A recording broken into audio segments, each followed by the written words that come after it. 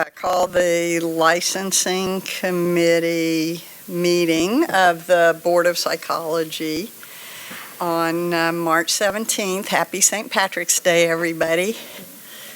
Call this meeting to order, and first we need to have roll call to make sure we have quorum. Mr. Glass-Steagall. Horn. Well, two of us. Here. Phillips. Here. Everyone's here. Oh, yeah, thank you. Do I? Miss, Jones, absent. right.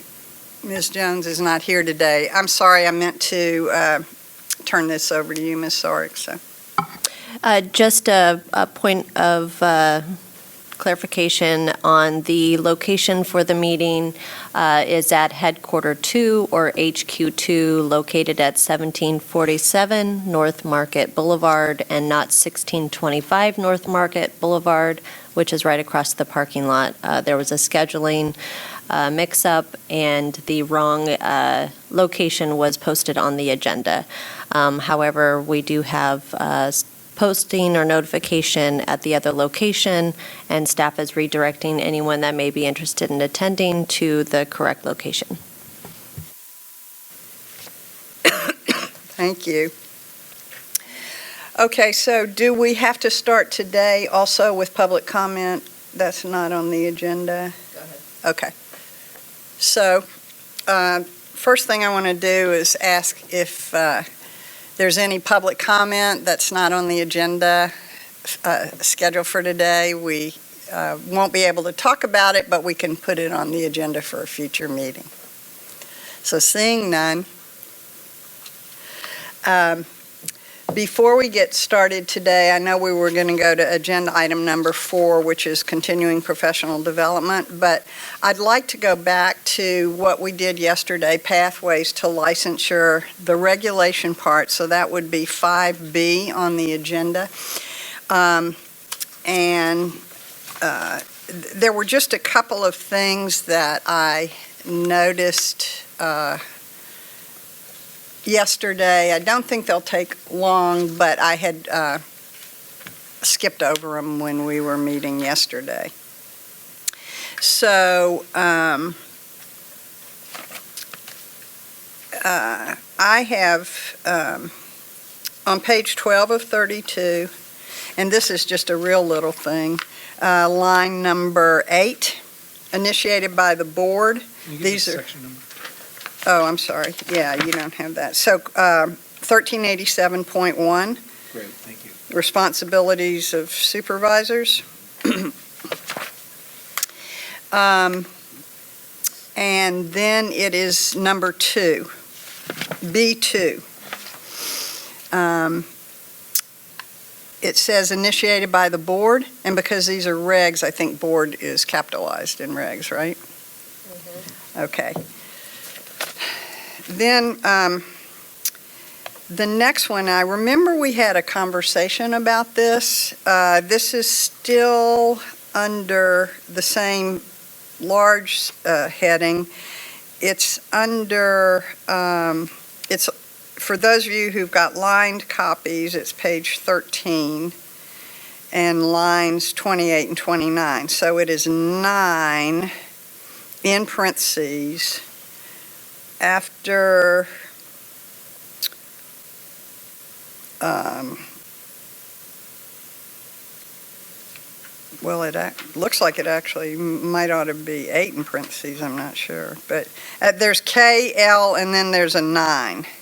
K and L are scratched out, and then there's 9. And it's provide the trainee with the pamphlet professional therapy never includes sex. So I remember that we had a discussion on this, like, is this still something we want to do, or is this a pamphlet that we want to, and this would be separate from this, a pamphlet, do we want to update it? I mean, because, you know, do we want to call it this? I mean, blah, blah, blah. So, but that's separate from, did we say that we're just going to keep on providing it? I thought we had a discussion at some point where we were going to make the trainee responsible for having it. That's what I'm trying, I'm Right. trying to remember what our discussion was. I do think that we're mandated by law, not to provide it, but we're mandated by law to have it available for use. If we become aware of a circumstance. I believe it's a law, but maybe it's, legal counsel is shaking her head yes, so maybe that's right.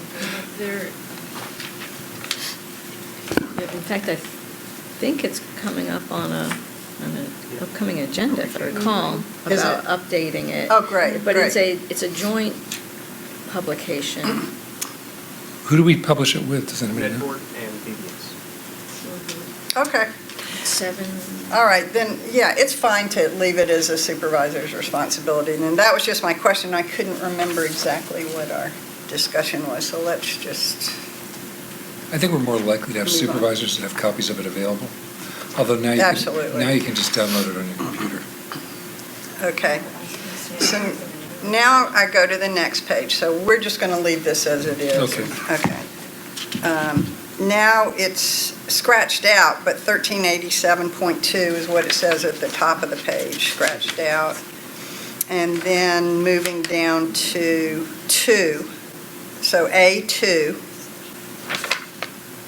A2, okay. So this is talking about delegated supervisors, so initiated by the board is capitalized. But if I read this correctly, and I just want to make sure, the delegated supervisor, we're saying, and the primary supervisor of any action, the delegated supervisor has to let the primary supervisor know if there's any action initiated by the board, disciplinary action initiated by the board. A delegated supervisor would not be a licensed psychologist by our board, right? So this doesn't seem appropriate. Oh, well, they could be. They could be a psychologist. Another psychologist, okay. So, but I think what we want to do is clarify here, if they're one of our licensees, then it's been initiated by the board. But if they have to let people know if they're a licensee of any board, any disciplinary action that's been. The primary supervisor has to know, regardless of the board that licenses Right. that person, right? Yeah. It's not just our board. Would it help if it said initiated by the appropriate board? Yes. Would that, Yeah. I think you're going to have to be a little more specific than appropriate. I think you might want to refer to the board Under which that they have. issues the Under- license that Yeah, that's. qualifies them for supervision, to be a supervisor, something along those lines. Even if it's covered in B?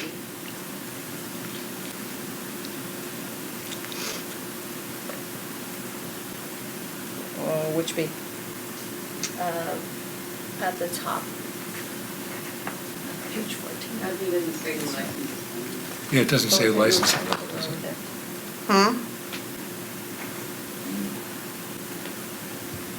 It says a primary supervisor is a licensed psychologist, may delegate to another psychologist, a licensed marriage and family therapist, licensed educational, yeah, blah, blah, blah.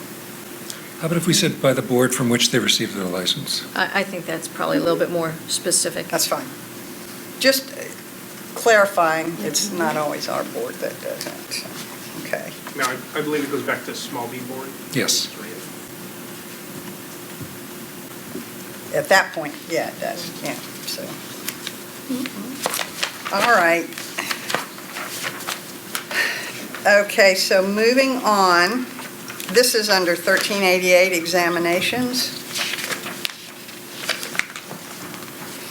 And B, I'm sorry, one more time? this is B under 1388 examinations. And I have something to say on the next page about this. as well. But we say, except that the EPPP shall be waived for those applicants who meet the criteria in 1388.6. Okay, if we look at 1388.6, I want to kind of explain my reasoning and how I got back to it. 1388.6, again, it's waiver of license requirements. But basically, we're not waiving license requirements. We're saying if you've been licensed somewhere else, we're going to, for 5 years, and if you do this or if you do that, then we're going to deem that all your credentials are okay, and we're going to go ahead and license you as long as you take the CPLEE and you take whatever educational stuff that you need from us. Basically, that's what we're saying. We're not waiving the EPPP. That's one of the requirements for licensure. Just like we're not waiving a doctoral degree. We're not saying, there is a state, for example, that master's people, licenses people as psychologists who only have a master's. We wouldn't, and that, if somebody comes to us from that state with a master's degree and they're licensed as a psychologist in that state for 5 years, we would not accept that license because our educational requirements. So I think what we're saying is that they've already taken it. Our assumption is they've already taken it and they've already passed it. But I think we're not waiving it. What would you want to call it, like modification of license requirements or? Well, what we've said in some other things, and I think this is how we ought to say it, such an applicant shall be deemed to have met the educational and experience requirements of blah, blah, blah. Or such an applicant shall be deemed to have met the exam requirements, or, we're not waiving it. We're saying they've satisfied it. We're saying they've satisfied it. So could it be, well, I'll ask Ms. Marks, satisfaction of requirements? Or, yeah. That might work, satisfaction of licensure requirements. Mm-hmm. Or fulfillment? Okay. Or you could be more descriptive of when license requirements are deemed met, Oh, I like that. Yeah. something like that. Okay. So, we're not waiving the EPPP. They have had to have taken it and passed it, or they won't, we're not going to give them a license even if they had been licensed somewhere else. Can I clarify if we're speaking on the title of it or in text? We're talking about the title. Okay. Oh, that's where I'm. Well, I'm talking about the text. Are there any- Because we say here under 1388 examinations, Sorry, I was looking at 1388.6, so that's what I was saying. well, there we have to change that as Okay. Oh, well. I was looking at Yeah, I was looking at 1388.6 the- too. Okay, sorry, that's Well, why I needed the clarification. No, I'm looking at both texts. I'm just kind of showing you how I got to where I got. That makes sense. It's like, we're not waiving this requirement for licensure. Can I ask We're you, just saying, if you're in some of these other places, then you've met that requirement. So coming to California, if you've met the requirement by proof of these other things, well, here we're not saying they're not required to take the EPPP. It doesn't say they have to prove that they passed the EPPP. no, we're saying except that the EPPP shall be waived, and we're not waiving it. Right. I get that part. Yeah. I totally get that Yeah. part. Let me ask you a question. Are there people licensed in this state or other states that haven't taken the EPPP, It can't be, even if they were licensed 50 years ago? correct. Well, they took whatever was in existence at that point in time. We're not, Because all this says is they're not required to take the EPPP. It doesn't say you have to show us that you took the EPPP. I know, but we're not waiving it. Well, in a way, we are. Well, We're saying then, if you're licensed in another state, you don't have to do it. okay.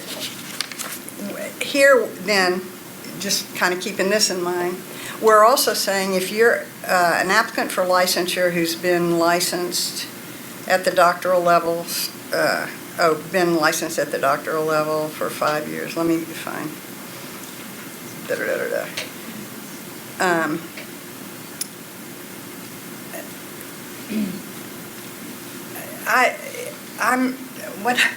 what I'm trying to say is, because, are we saying that if somebody got licensed, happened to get licensed somewhere else and didn't take the EPPP, but they've been licensed for 5 years, but they've never taken the EPPP and passed it, that we would allow them to? Well, that's what the language says. I know that's what the language says. So is Right. that what we intend?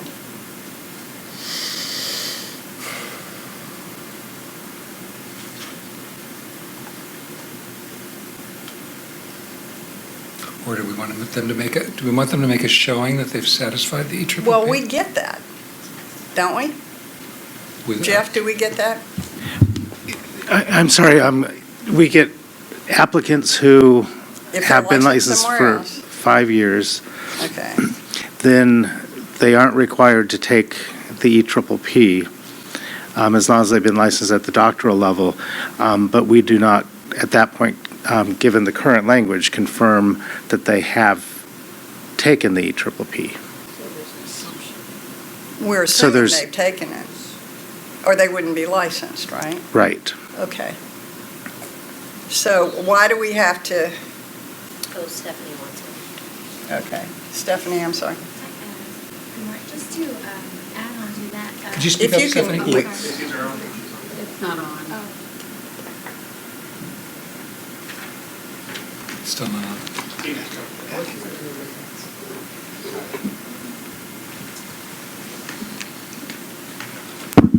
There we go. Okay, thanks. Just to add on that, so we will verify that they have a passing score at that time when they token it. So we have like a spreadsheet to tell, like for example, people might have scores like 140 at that time, and then we'll do a score transfer Right. on a sheet. So make sure that they have it right there. Okay. But So that's- you actually do make sure they've passed it? Not if they've been licensed for 5 years. That's only for people who do not meet the requirements of 1388.6. Okay. Because 1388.6A says if they've been licensed at the doctoral level for at least 5 years in another state, Canadian province, or U.S. territory, they should not be required to take the EPPP. So at that point, we shouldn't even, given the current language, wouldn't even be looking at the EPPP. That's for applicants who do not meet this criteria. Then they do have to use the score transfer and prove that they met our cutoff for the EPPP. Well, the way you're doing it is consistent with the way the regulations are written. Right. Right. So it sounds like there's an assumption that they have taken the EPPP because of their licensure in another state. You just don't ask for the documentation of it. Right. So then that's the question is, do you want to relanguage it in those terms, which is that the board will not require documentation of it? And that would be some policy decision about whether or not you still want to see that they've taken it. They have taken it if they're licensed in another state, and they've passed it or they wouldn't have been licensed, and they passed it because all states go by the recommended pass point. So all states do that, so we know that they've passed it at the level that we also require. So it's not that I think we need to check. It's just, I don't think we ought to talk about waiving. Right. Yeah. So Well, I think in other words, they will not we're be gonna asked for take that. documentation. Huh? I'm sorry, I interrupted Dr. Dr. Phillips. I was just saying we're going to take the waiver language out because it's not actually a waiver. Right. Can I make a suggestion then? So if we go back to 1388 And that's where my um, suggestion is. licensing examinations shall consist of ASPPB's EPPP and the California Psychology, Law, and Ethics exam, period. No, except, well, I don't think there is an except. I think we can Yeah. say that the EPPP is deemed to have been met when the applicant has met the criteria of section 1388.6 of this chapter. That's what we want to. So am I removing this? No, so that, Makes sense. except that the EPPP shall be deemed to have been met for those applicants. That's already in there. Yeah, it's already in there. So It's just, actually more of an assumption, right? Well, when we Because determine that they have met 1388.6, then they will have been deemed already to have met it. Because that's what we look for, right? We look to see if they meet 1388.6, and then when we say yes that they have, then they've already been deemed. I mean, we want to think of some way to word it, and I think deemed to have met. In 1388.6, I think we want to say something similar.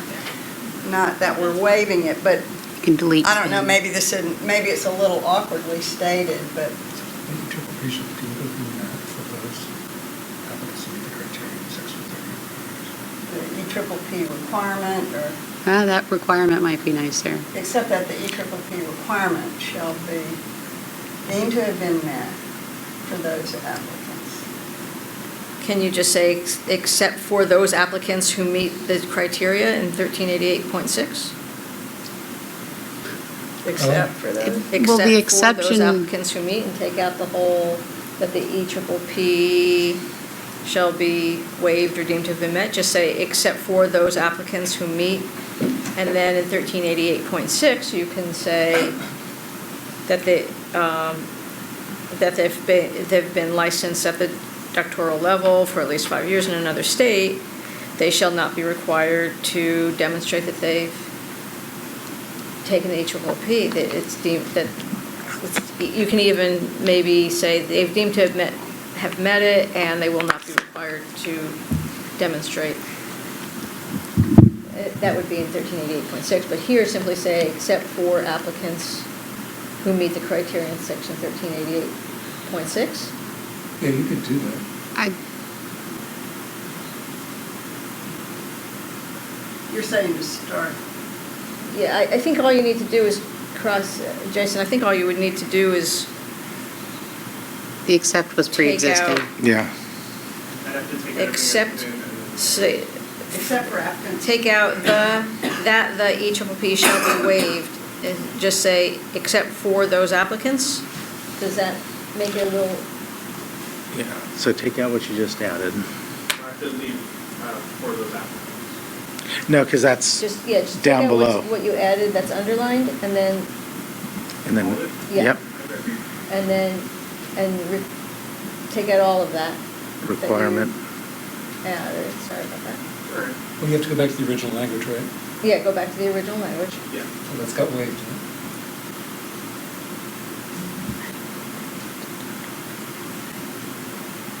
So now just take out except, well, actually, that can still stay. Stay out. Yeah. And take out, leave except, Leave except. and go to that, and take out that the EPPP shall be.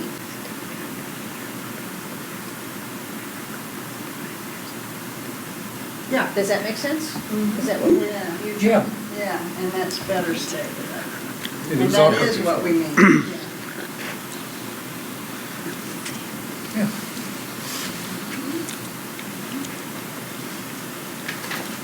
Yeah, great, perfect. Because it's really about demonstrating that they've passed it, right? There's an assumption that they did because of their licensure status in another state. Right. And you're not requiring them to Right. demonstrate it. Right, exactly. But we're not waiving that requirement. That-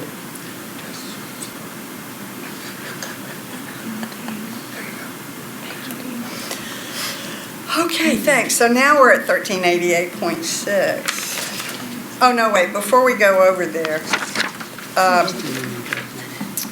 We do the CBA. number E, under this same part, for forms of the EPPP. It's going to be funky. Passing score is a score that was recognized by the board at the time. For computer-administered forms of the EPPP, the board shall apply a scale score as recommended. I think it would probably just be better to say the board shall accept the ASPPD recommended pass score. I think passing score. But for those applicants who took the ECCC Right, no, prior... I'm saying, leave all that in. Oh, okay. Instead of saying the board shall apply a scaled score as recommended by ASPPB, the board's not applying anything. What the board is doing is accepting Right. the Okay. ASPPB passing, recommended passing score. They Right. do apply scaling and stuff and come up with the score. Does that make sense? The passing score recommended by ASPP. Yeah. How do you want it to read, Council? For computer administered forms of the ECCC, the board shall accept the, passing score recommended by ASPPB or the ASPPB recommended passing score, whichever sounds best.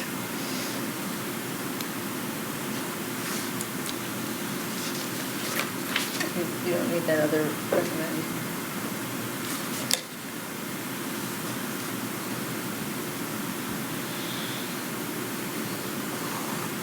Recommended by, passing score recommended by ASPPB. Okay? Okay, now, 1388.6. But I do have a question.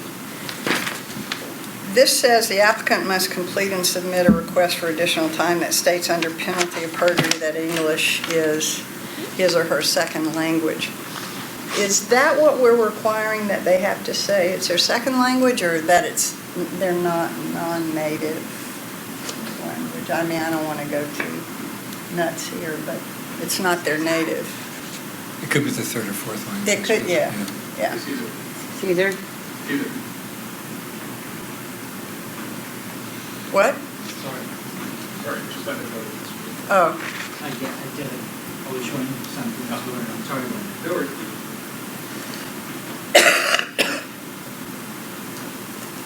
There we are. A little box up there.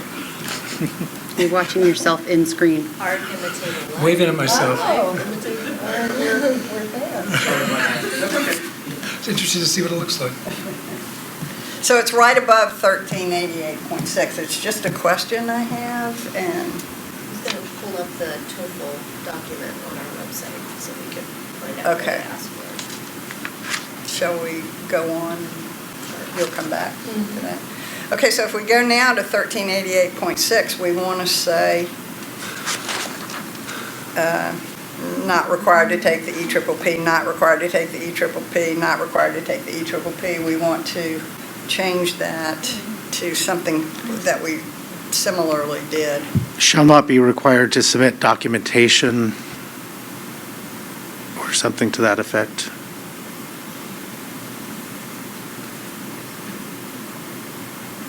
Yeah, I mean, that's essentially what we're saying. We are assuming if all these things are, if this person has been licensed at the doctoral level for 5 years somewhere else, then we're assuming that all the other, like the test requirements are, Right, so have been met, except for the CPLEE. the applicant shall not be required to submit documentation of passing score. Passing score, yeah, perfect. A passing score On the ECCC. on the ECCC. And so that's on the bottom of paragraph A. It's in the middle of paragraph C. Canadian province or U.S. territory for a minimum of 5 years shall not be required to take the ECCC. And we want to say not be required to submit. It's in several of them. Yeah. So we do. It's also in D, in the middle. Minimum of 5 years shall not be required to take the ECCC. So we want to change all that. Yeah, I think it's in three Three other sections. And it's on It's in the B, C. paragraph above the one you just amended to. So it's in B, C, and D. Yeah. Okay. And A. A, B, C, D.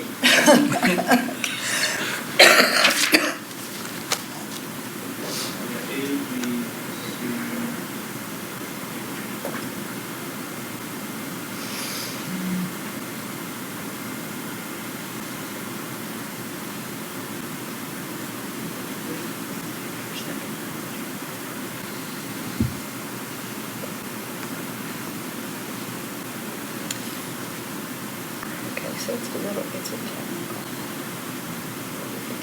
It may not be their second language, it's not their native language. But it's also, I think English as a second language is a term of art. You got that from TOEFL. Okay. Okay. That's fine. So we got that part? Yeah, throw in A, B, C, D. Right. Okay. And then on E, Waived. yeah. Although some requirements are modified under this No. section, not Or- modified, we don't want to say that. Deemed to have Deemed been met. met. Deemed met, right? Deemed to have been met or Deemed something. to have been met under this section.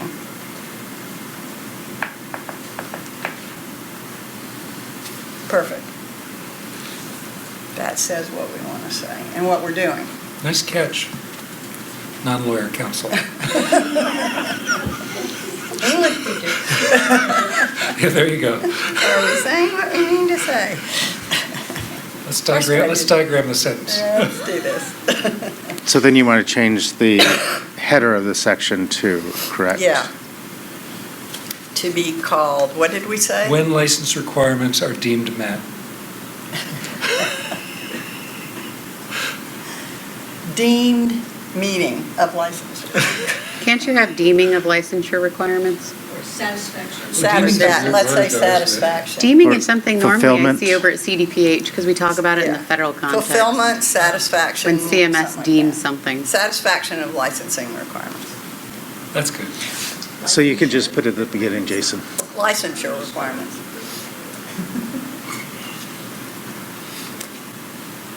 Well, no, what I'm saying is just, Yeah. that's, Jason, if you'd make that licensure requirements. Sure? You literally sure. Thank you. Okay, so 1390, 1390.1, they both say registered psychologist. I just want to highlight them. And then that's it. So Super. you want to move that we, I will. I will move that those modifications be included in what we recommend to the board. okay. And I'll second that. And is there any public comment on what we went through this morning and modified? Apparently not. Seeing none, Mr. Glass-Steagall. Horn, Aye. Phillips, Aye. passes. Thank you. Surprising result. All right. If I- Now, we're going to go to agenda item number 4, which is continuing professional development. And before we start there, I have an announcement to make, or something I want to address. As I said at a previous meeting, well, let me back up. This idea for continuing professional development came out of a work group that ASPPB convened to take a look at continuing education and the process of continuing education, and just in an attempt to take a look at continuing education guidelines for the ASPPB membership. I was actually on the committee that began taking a look at these. And I brought these ideas to the board, our board, basically for changing the model based on the research that we had taken a look at and input we had gotten from stakeholders, from changing the model to a continuing education model to one of continuing professional development. I brought it to the board some years ago now. And the board started working on this model and using it to kind of think about how to apply this, if it would be appropriate to apply it in California and how to apply it in California. I was not a member of the board, of the California board at the time I brought this information to the board. Now, since the time I first brought this idea to the California board, obviously I'm now a member of the California board, but I also am employed by ASPPB on a part-time basis. And so the question was asked about my participation in anything that may pose a conflict of interest if ASPPB is bringing it to the board or it's a program of ASPPB or something like that, if there would be a conflict of interest for me to participate. So it's very clear, for example, ASPPB owns and operates and does benefit from the EPPP, the National Licensing Exam for psychologists. So any discussion that were to take place about that exam, modifications of that exam, acceptance of that exam, things like that, I would clearly recuse myself from those discussions because, again, ASPPB, there is a financial benefit to ASPPB for that. However, again, the question was asked about anything that ASPPB might have proposed, and so, and to take a look at anything like that and see if there is any reasonably foreseeable financial effect from my participation in discussions of this nature, or anything like that, either for ASPPB, for me.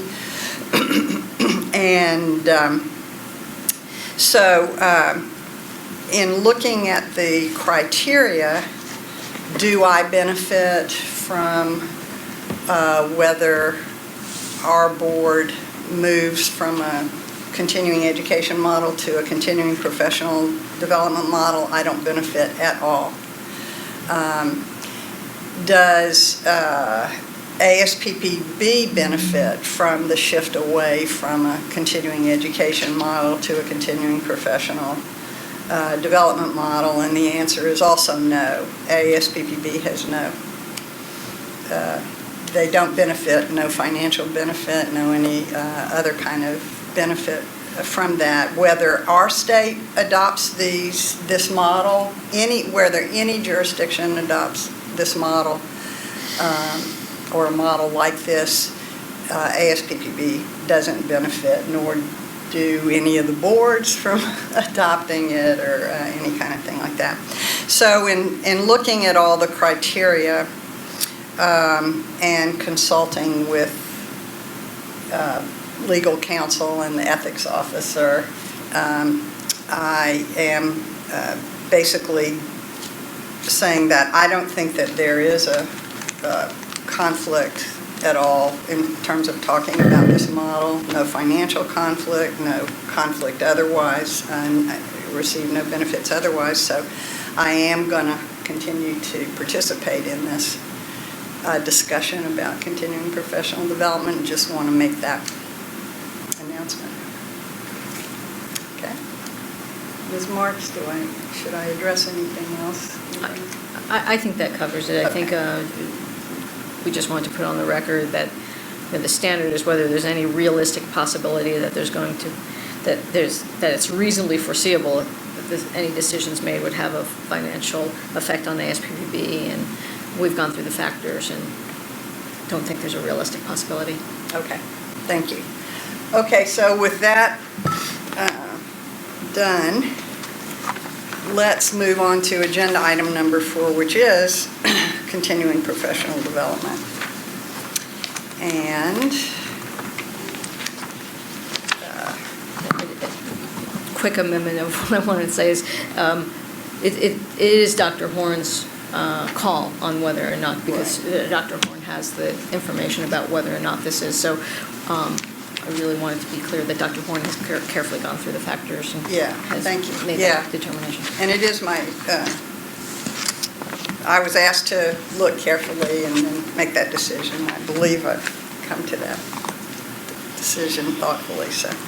And I'd just like to add, as a member of the committee, that I appreciate the transparency with which this process has taken place, so that people are very clear about what your involvement in ASPPB is and how it relates to the professional development model, which I also independently have concluded I don't believe there's any financial gain to ASPPB or to yourself as a result of the continuing adoption of what's now a substantially modified continuing professional development model. Okay, thank you. So why don't we start with CPD 1397.60? Is that where we are? And I found this at more than one juncture in here, but we were originally approaching independent learning as being part of the continuing education aspect of the continuing professional development model. I think we have to take independent learning out of there, since we now have a separate category called self-directed learning. Otherwise, I think we place ourselves in a situation where people will be able to double count hours, which was one of the reasons that we had taken the original regulatory package back, as we realized there are opportunities for people we're going to confuse people by the fact that they could count it in more than one category. So you're taking a look at E? Yes. The definition here of independent learning, and we want to change the definition of that? Or do we want to add self-directed learning? And, I mean, I think you're right. Well, this is interesting because here it's talking about independent learning as if there is an instructor involved. Yeah. Page 2 is where, once the regulatory changes would be effective. So page 1 would be prior to the effective date, and 2 is after. All right. Thank you very much for the clarification. So we don't need to change it, obviously, everyone. Okay. The staff did put in the highlighted section an implementation date, which was pushed out from the original. So that was just a highlight to show what staff had estimated as a more realistic timeframe for implementation. Thanks. I was going to actually just comment on that. So just to look at this now, we're now talking about it's going to become applicable January 1st, 2021. Yeah. So, and just to talk about it, this is effective until December 31st, 2020. So the first part is what we already have in Right. here. Okay, so we're going to start now looking, and we want to make sure that the correct dates are all through there, that all the dates have been changed as need be, but basically the piece for us to look at now is, these parts that have been changed. So the effective January 1st, 2021. So let's go to 1397.6, small b. Can I do something before then? Okay. Just, Do you want to, you don't want to, okay, so we'll just. it's 1397.6. Right. But it's continuing professional development means required learning activities approved for the purpose of can be met in the following 4 categories, and we actually now have 5 categories. And I was going to bring to your attention some of the hand carries, which is the new 2915 language from the Business and Professions Code Right, about the 4 categories Right. of professional, academic, sponsored continuing education coursework, and board certification from the American Board of Professional Psychology. so we're changing that, Okay, yeah, for us. So this is what went through on Sunset, right? yes. Okay, and that's when we said, if I'm remembering correctly, let's just go ahead and go with that. So, because that was the time when it was brought up about an additional 5th category, and we already had this there. So we said, let's go ahead and go with this for Sunset. But now, we have the possibility, don't we, to change this to 5 categories? We would just need to do a legislative change Mhm. to add in the 5th category before we promulgated regulations. Okay, So we would need the legislative vehicle first, and then we could make the change in regulation. okay, well then, Which do all the way these- through here, we have 5 categories. Right, and Ms. Marks? Oh, I was just going to say, Ms. Marks and myself were just discussing asking the committee to consider possibly having the self-directed be in the professional category. But I see your concern is double counting. Is that the only reason to have it separate, or? Well, no, because it's a separate, we're going to give a separate allocation of hours for it. So in other words, you could do 27 hours of continuing education. You could do 6 hours of self-directed learning. You'd get yourself to 33 hours. Part of what we were responding to was that licensees were concerned that they wouldn't be able to get hours in enough categories in order for them to satisfy the continuing professional development requirement. So I do think it needs to be a 5th category. Otherwise, what we'd have to do, which I think is relatively unwieldy, is we would have to subdivide a category and say you can get 27 for this part of the category and you can get 6 for the other part of the category. But, I mean, that seems like we're putting ourselves through hoops for what I would imagine is a relatively minor legislative change. Am I assuming correctly? I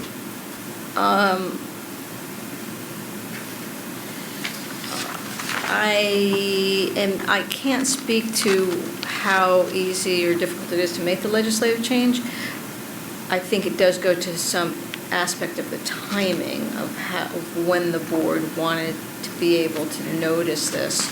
If the legislative change can be done this year, that'd be one thing, but if it can't be done this year, then your timing will definitely be thrown off. Right?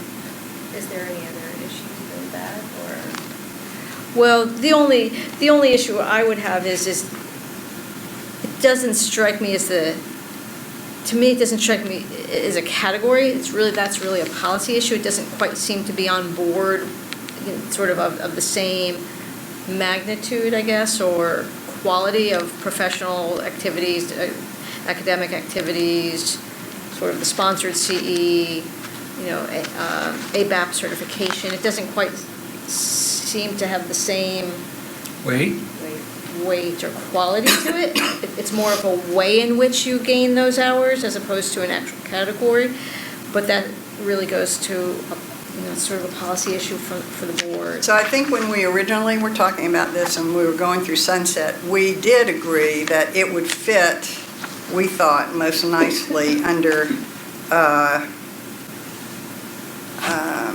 either professional activities or academic. I can't remember which one that we decided. This was quite a while ago when we were going through Sunset. To me, it fits most logically under continuing education because you're continuing to 'Cause you educate are. yourself about some aspect of psychology you're interested in.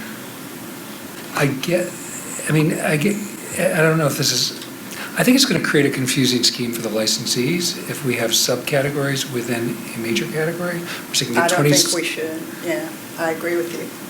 If it fits under continuing education, let's think about this. I mean, the best place it fits is by itself. because it's completely self-directed. You're not having, you're saying, I spent this many hours reading an article, watching a podcast, or listening to a podcast, blah, blah, blah, blah, blah. So basically, we're saying. We have it under academic right now. Academic, okay. It's under D, page Okay. 4. Okay.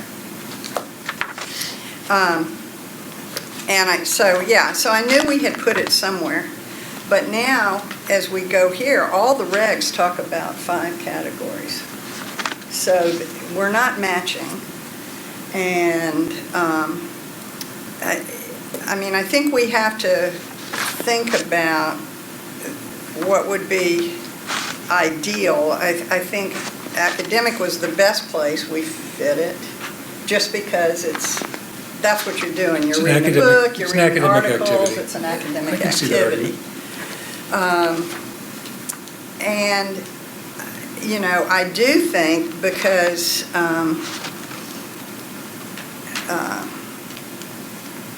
sponsored CE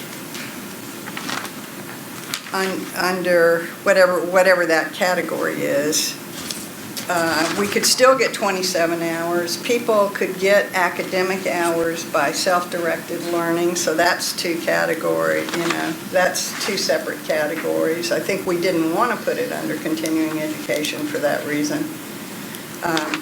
I think it can make sense if we do it this way. I think it gives people the professional activities possibility. There's a lot of stuff under there. It gives them the academic possibility, even if they're not in academic settings or academic institutions. And it also gives them just the plain sponsored continuing education category. So that's 3 categories that I think people could probably fairly easily get their stuff from if we keep it. But then now, everything else that's written here is written about 5.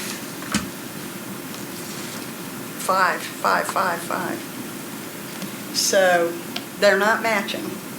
We are not matching our law. So what do we do? And that's kind of, do we go back and then we change all the regulations back to 4 categories with different definitions? What do we do? Ms. Zork, how difficult would it be to make the legislative change this year, assuming the legislature was okay with it?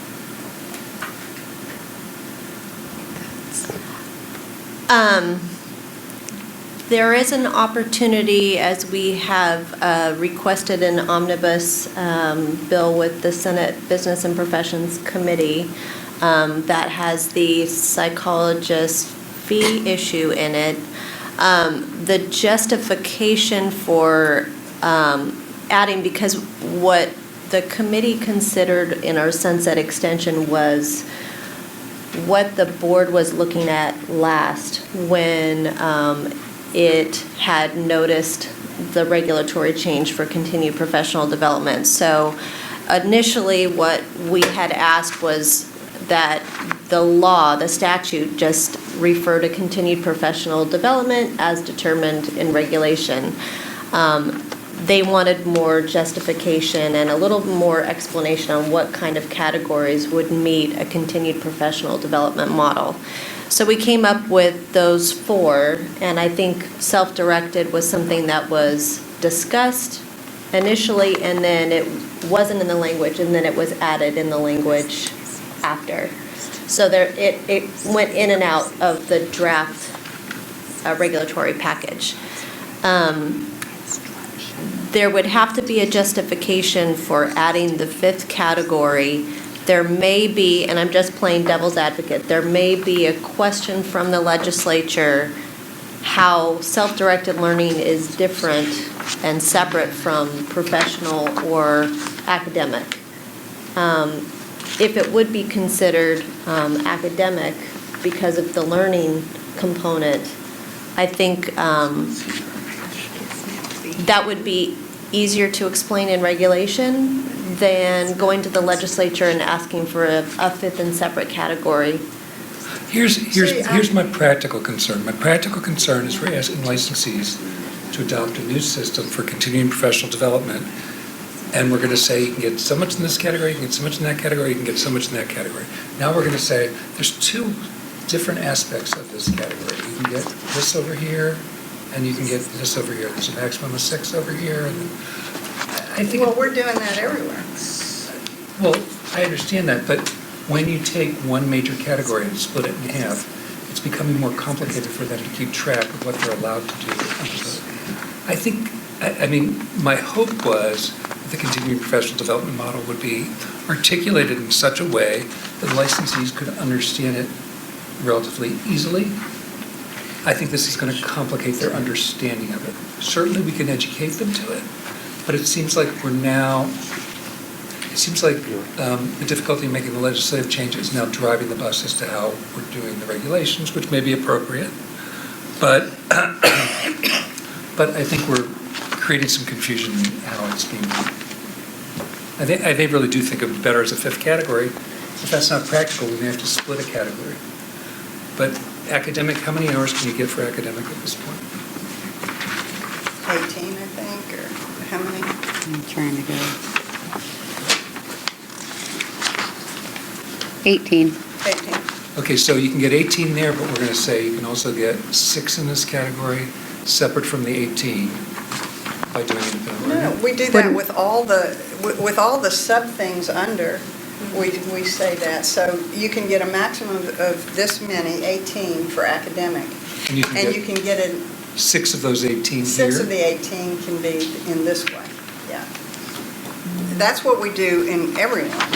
And I hear what you're saying. I guess, I think our agreeing to do this, again, when it came up, it was kind of saying, yeah, because we had thought independent learning or self-directed learning was somewhere in here, and we saw that it wasn't. And that was we were really concerned that it wasn't even in here. And then we were also in the middle of sunset. And so we definitely wanted it in there. We wanted to give people the opportunity. And so the place it seemed like it best fit was in academic, I think we're limiting some of the impact of adding self-directed learning. I agree. But if that's the most practical solution, perhaps that's what we should do as opposed to seeking a legislative change. I think without a stronger justification as to why it doesn't already fit into academic, that would be. Why it what? Why it doesn't already fit under the auspice of academic, and what makes it so separate and distinct that it needs its own category. Honestly, that's not where I would put it. I don't think logically that's where it falls, but it's cool. Because it's not coursework. I mean, I could pick up a book. Well, neither is sponsor-approved CE instruction, Well, but that's... That's why I think it's better as a separate category in the ideal world. Okay, either way, what I'm saying is something needs major overhauling. It's obviously much easier for us to change the number of categories, even though it's in the statute. Then now we're going to have to go through every single regulation here and take out 5 as opposed to 4, although I hope we could delegate that to staff. Yes. Well, yeah. I think renumbering you could delegate, and we could just make sure the text says what you want it to say, and then we'll just renumber as required. The text would have to say, yeah. Okay, so if y'all could tell us what to do, We'll do it. I mean, how to approach it. We've beaten ourselves down. If the committee agrees with the staff recommendation with the 4 categories, I think the policy call would be, where would it be most appropriate? Is it a professional activity or is it an academic activity? And then we can shift the numbering around and make sure the content reflects. And the maximum number of hours reflects it. If maybe one category needs to be the 18 plus 6, or... I think it's going to have a greater utility to licensees under academic. I do too. Okay. I think that's where they can use it best.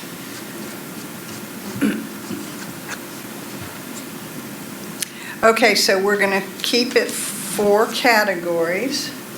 So let's go through and, 'cause Okay. we'll have to do that.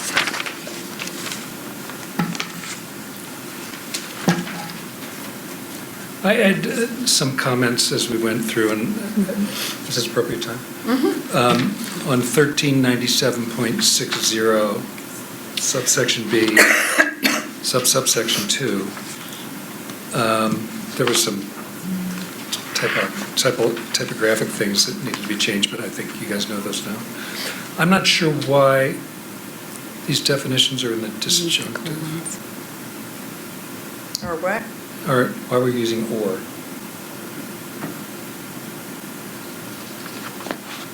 Well, it can be this, you're teaching a graduate level course. It could be that you're teaching a sponsor-approved But I don't think we have to, I You don't, could do both. yeah, Yeah. and you could do both, so I don't Yeah. think that necessarily need an or Take out here. the or. I Yeah. agree. I'm also a little confused at the end of that section where there's just kind of a code section dropped in there. Taking out the or between A and B. Yeah. I'm sure that's important. Is there a reason we're putting in, After means. Sorry.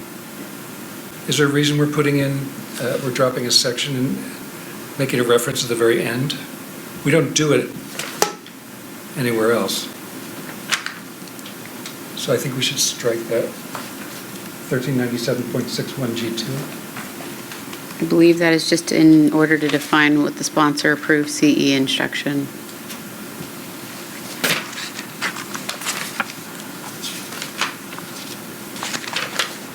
Academic sponsor-approved CE Yes. instruction. That's what that is. That's where we define. Why are we giving a definition and then referring to another definition? Why don't we just?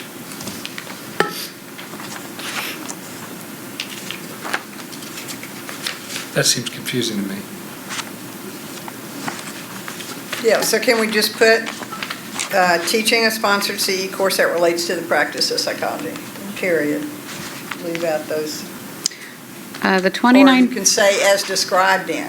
the Yeah, question, there needs to be Say some as- explanation Sorry. of why There it's. needs to be an explanation of it being there, so. Do we want to say as described in? do you want 2914C described? Because that was in what type of institutions? Do you want it in taught in a degree program that is for doctorate degree in psychology? Was there specifics is what we were essentially asking. Do you want to be specific about what type of programs these teachings are in? Or just teaching any psychology course? Can I approach it a little different way? Sure. What are they supposed to learn from looking at 1397.61 G2? Oh, sorry, I was on think we can language it once we 2914. know what you want them to learn. We just want the language. You've just got a number here in parentheses. It doesn't say, Gotcha. It was to, I believe, for B, not A, was to define those sponsored approved CE. We may have the wrong well, you reference. see how A says meets the requirements of section blip? Yes. This doesn't say meets the requirements of section. It Oh. just says. The precursor part, gotcha. It's just got a number. Yeah, it's just going to hang in there. Gotcha. So it's kind of like, what am I supposed to do? It probably with should have had meets the requirements. Yeah, that's fine. But I'm Let's beginning to separate- wonder if that's the correct reference as well. Yeah, I think it was just I think this might have been one of those staff reference things that was So a they- note, and it was just inappropriately kept in or something. Those Because took it out. we can we just don't do it delete it. anywhere else, so. Take it out. Yeah. Okay. Okay, going on to page 4, under acceptable CPD learning activities, this is for, I guess we're all doing different copies of this. It would be 1397.60C. It's listing acceptable CPD learning activities and academic sponsored approved CE. It has independent study there. I think that needs to be taken out. So it'd be whether,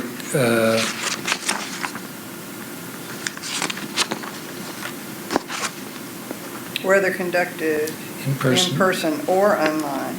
Right. Online, right? I think so. I think you can strike or independent study Mhm. and then add or in between. Yes.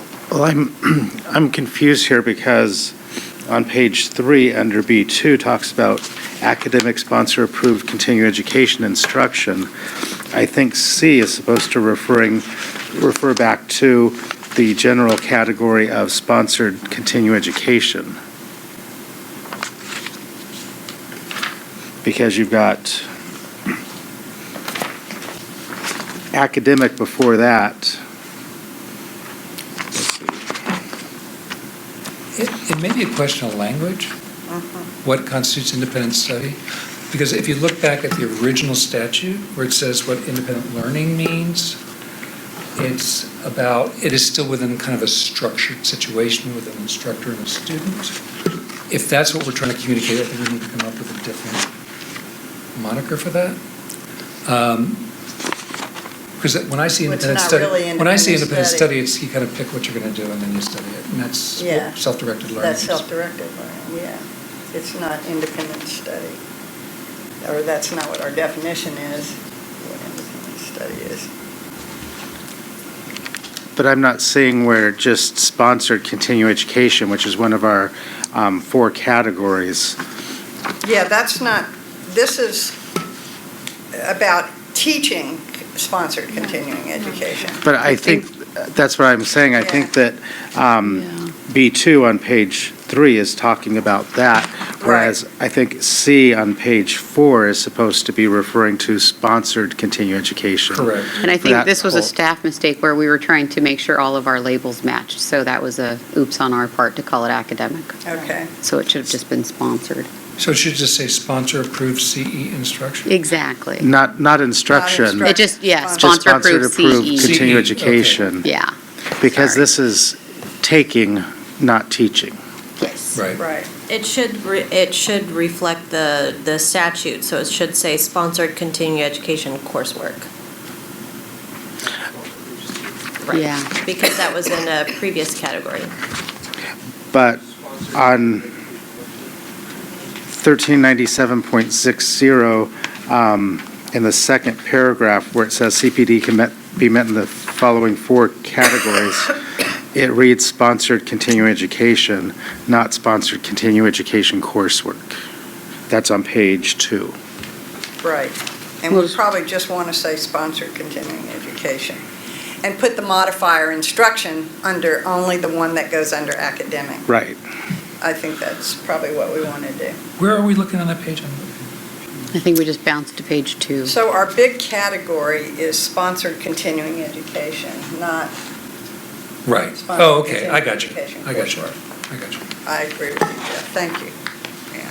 So we got that, I Jason? think so, so we're changing C to read sponsored continuing education. Yes. Right. Yes. So Is there just take off anything- coursework. Yeah. He did. Yeah. And no changes to B. None that I had to suggest. No. But we're also taking out, are we taking out, or independent study? We should give it a different name because, I mean, Oh, I already took or, that out. okay. Yeah, I think It can be in person or online, that's fine. Yeah, it's Yeah, fine. yeah. That's a good idea. If it involves somebody else that's structuring, Yeah, helping you structure that's the right. process. Jason? that comes Really under what C. we're speaking to, so that it's not independent learning. Right. Jason, after in-person, please remove the comma What? on that one, B. I'm There you so- go. I can't hear you. Oh, after in-person, we don't need a comma, in-person, comma, or online. It's just in-person Yeah. or online. In person or online pursuant to section 1397.61(2).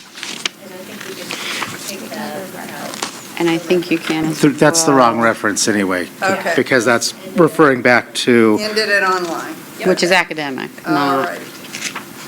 yeah. that. Course or presentation, okay, good. Takes a village, doesn't it? Can we- It does. Get all these Can we go back to the preceding page for a second? preceding page. I just wanted to make sure. Okay, great, thank you. Oh, actually, there's still a colon there on 2B. B2B? B to B. To be or Is that not like a to brand be. name or something? Yeah, you just took it out, great. But it's in all of them. No, it isn't. Oh, It's in none of them. oh, I see. It was an odd aberration in that section, It is so. in my A right here. Oh, he Oh, took that's, it out. that took that, because that was the only subsection that showed up. Okay. Can I, this is a little picky, but this is one of those things that I actually remember from college. Under, say, B, right there, under academic include, number 1 says academic coursework, then you have an A, but you don't have, I've always learned you don't have an A unless you have a Right. B. If there's no B, you Right, don't need so an A. I would take that out, and you could just, It could just be can't one you sentence, just do right? it all in the same Delete all the way to paragraph? means. Right. Just take that out and make it all part of the same paragraph. Is this Word? So Just take academic this coursework. academic coursework Yep. out here and then just have the first, say, one academic coursework. Yeah, means. if you want, you can have academic coursework, which means to have, if you want to do it that It way. just means. No, I'd rather it be indented. Just like we have examination functions and expert review I think the consultation. second and third sentences can still be indented, so it looks as if it's formatted. Dude, indent it. One more time. No, No. Go back. There you go. just indented like all of them are. Yeah, it needs, all 3 lines need to turn into. I'm good with that. And then under supervision, you have an A, but I don't believe you have a B. Maureen's Oh, going to yeah, have one. to change that. No. Wait. Look at number 5, examination functions. So we do the same thing. Exactly. So for academic coursework, which is on the top, and then it's indented. Academic coursework means completing and earning. Where's Uh, mine? Yeah, if you It's look, above. It's an A. Yeah. No, take away the A, and that's all you take away. Oh, undo. that's. Thank you. No, examination functions is correct. That's how we want. Right, I didn't touch it, I It's- just undid. So Okay. is that the A, how does 3 look? You need to take away the Academic A. coursework is wrong now. Yeah, it should say academic coursework, and then underneath it, it starts saying academic coursework again, right? Just go undo a couple times, Jason, until you get there. Keep going.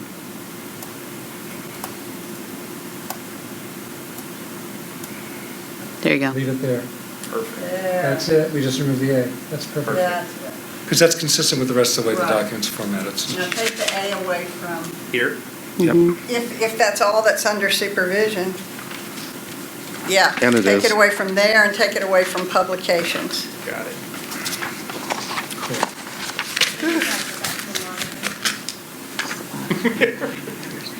I'll look. 2, perfect.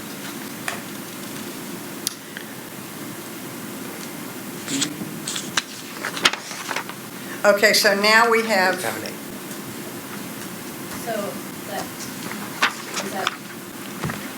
Did you want it set up where it would just have the header, means, and then, no, okay, just clarifying. all right, so now if we're back on the page where we were, Which is? Sorry. Where were you before that? where we changed sponsor-approved CE, right before C, or at C, under 1397.60. I just lost it. Where am I? Oh, yeah. Here we go, D.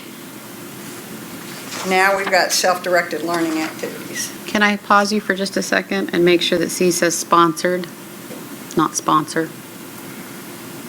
Sponsor approved. It's sponsored. Your title in the beginning says sponsored, Right. Sponsored. sponsored continuing education, so. Okay, Sorry, I just want to make sure we match. that's okay, great. Better than going back later. Yeah. All right, D, now we're going to have to move that Yes. because it's a separate category, a learning, and we can, So D becomes 5. And then E would under academic. be moved under E, and E would become new D, as opposed to making E like 5A or something Right. like that. Okay. Wait. Sorry, So No, what? number no, that- 5 under academic D becomes 5 under academic. Okay. So, So right under Self-directed publications. learning Publications. activities, and then the same kind of thing, 'cause it's Okay. just, I'm gonna take it out of here, I'm gonna make ED, and then I'm gonna move this wherever it needs to go. yeah, you could You just, can make it 5. Yes, but I'm gonna, yes. I think. What? Okay, so taking that out. E is now gonna become D, yes, yes. And then this is going under 4, which is. It's right up there, right before C. Oh,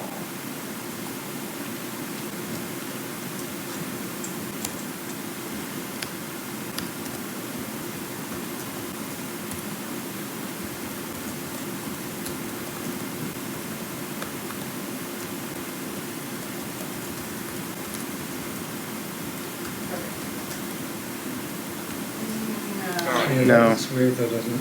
so, I'll fix it. take out acceptable CPD learning activities under. The title of this part is self-directed learning. Right. Perfect. That's the header. And then you indent to It's just self-directed learning or activities? just self-directed learning. Okay. That's the. Yeah. Perfect. And then you want this Yep. with the self-directed? Right. Learning means. It needs to be in quotes. quotes, yeah. Yeah, Means. means, perfect. No colon. Yeah.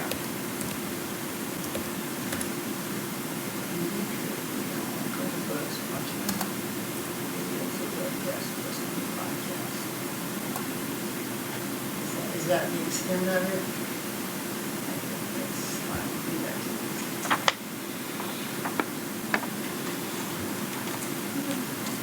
Does it need to say? Oh, maybe it does, actually. What?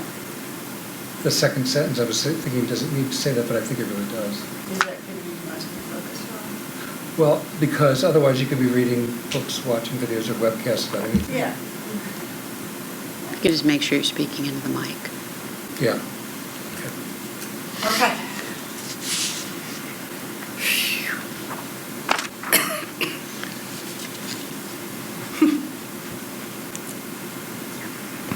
Okay, so now we're at what time are we? Do we need a break or anything?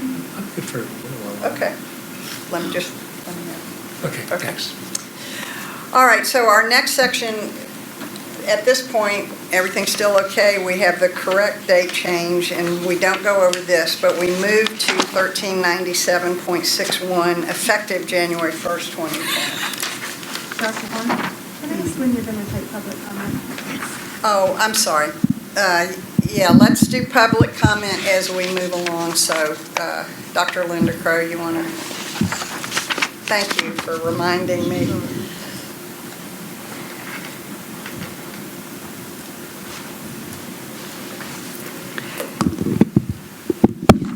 Dr. Joe Linda Crow with the California Psychological Association. So I have several comments.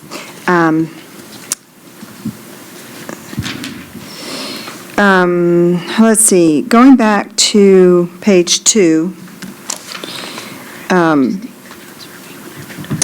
in your conversation about eliminating self-directed learning as a distinct category, I think that one of the rationales for keeping it as a distinct category, as I recall, was that it would provide another category option for people to take advantage of. So in other words, and I've been sitting here thinking about whether moving it to academic is sufficient to still get that, and it might be. I think the concerns of some psychologists, particularly those who are on the more senior side of their career, is that they don't have as many opportunities to do activities in the academic section or in the board certification or in the teaching aspect. So many people are not really going to be doing those things, and they've already done most of their volunteer work with their state association, been on committees with their chapters and so forth. So it could be that moving it under there, as long as it's still allowed, would be sufficient. So I'll leave that there. Under A, the acceptable CPD learning activities, under professional activities, I'm just going to ask some questions that jumped out at me that I made notes about. Under peer consultation, it says it can be in person or electronically mediated. Does anyone know what that means? I didn't know what that meant. Yeah, I think the term VARD is, it could be internet media, it's any kind of electronic form of communication, whether that's telephone, whether that's internet, hard to do by fax machine, I'm sure. It could be like conference call or Right. Zoom call or. Okay. Webcast. Or it could I be would just webcast. ask if we need the word It could be a mediated. It webcast. seems It like could a be strange split-screen word. VC. Yeah. Okay. I just might ask if it should just It's a be term- it's a term in person they're or using now. electronically. It's electronically facilitated. You don't have to be. It doesn't have to be in sitting person. the same physical- No, I understand what it means. I'm just, Yeah. I think the word mediated is an odd word, but that's okay. Under number 3, under category A, professional services,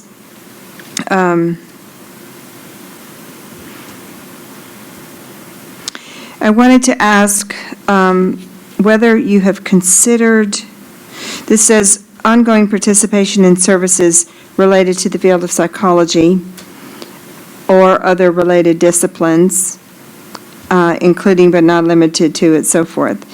I wanted to know if you have considered other entities that might not on the face of it, and now I'm thinking about how the staff is going to be looking at all this stuff. Serving on the board of a hospital, serving on the advisory committee in a hospital, patient advisory committee, serving on the board of a nonprofit that may not on the face of it look like it might not have mental health in the name. So I'm wondering how broadly you have thought about that category in terms of a lot of the volunteer work that a lot of psychologists do. For example, we have a board member who volunteers his time to provide free psychotherapy services to foster care children. So I'm assuming that would fall under this category. Other people do other volunteer work with other things. So I'm just raise it as a question to keep in mind when we start thinking about how this is going to be interpreted, that we might want to, if you could think a little bit about how broadly that would be, and it might get to the issue of how a person is going to demonstrate because of and I thought about it because of your last sentence here, this role supports the public service work of the profession and reduces professional isolation. So to me, that means that it would be very broad and would not necessarily be things that are directly related to the field of psychology. I think the concern I have is if we define it that broadly, it could, at what point does it stop? Is it like being on the board of your homeowners association? Well, no, I don't. I think that's going too far. But I think, But I don't you know, know if it's clear the demarcation. I understand. So then you would leave it to the psychologist to make the case that this volunteer work is related to the field of psychology or another related discipline, Yeah. right? And then the staff would have to make a judgment call? I think we're going to define it very broadly. Yeah, We're I defining think it so very too. broadly. So, and this isn't about how I feel about animals or anything, So like in my mind, volunteering to work at a homeless shelter and doing therapy for homeless people, that's clear. It's, it supports the public service work of what psychologists do. It's clearly psychological in nature, da-da-da-da-da. It's not for a fee, Right. because it's part of our. Right. But like if somebody worked on the board of the SPCA, say, I would not see that as, although, they're therapy dogs, they're, da-da-da-da-da. But I think we want to give a lot of latitude, but I mean, there's some things that clearly, I think, Okay. I mean, I just want us to think about how we're going to explain it yeah. to psychologists in terms of being able to, it will fall on them to Yeah. draw those connections And I think- between, It could get a Mental lot health. out of it. I mean, it's not that it's not No, I helpful. understand. They may use their skills, but right, okay. And I think I think the demarcation line, as close as we can get to it without taking away the flexibility of the category, is related to the field of psychology or other related Okay, disciplines. okay, fair enough. Under number 4, conference and convention attendance, the language says that it defines, it's using the definition of conference and convention that I think is used earlier in the definitions. So my question is, because it says, sequential freestanding presentations related to the practice of psychology. So my question is, because the Board of Psychology accepts coursework in continuing medical education, might this be broadened to Fields related. say, like, what about medical conferences? What about forensic conferences where a forensic psychologist is going? So these conferences that they go to are not necessarily going to be related to the practice of Or psychology. you could go to an addiction conference, it's itself. not about psychology. Right, exactly. Or in the case, I think, that one of our members used in one of the hearings, she works in the area of fertility, and she goes to, a very specialized conference every year in that area. So I'm a little concerned about that language. How about if it was said related to the practice of psychology or fields related to psychology? yeah, because, I mean, people, depending on area of specialization, where you're actually practicing in psychology, of course, you're not just, it won't be just psychology conferences. Right, but that's what this says. It says related to the practice of psychology. Well, it is related to your practice of psychology, I mean, to one's practice of psychology. I think the way that most, I'm arguing that the way most people would read this is that it has to be a psychology No, I hear what you're conference. saying. It could be misunderstood, and we want to Right. make sure that Right. people understand that if this is related to what you do as a psychologist for your, Does using or other To related, psychology or other related disciplines. that's what I was going to suggest, using the language you use in professional services.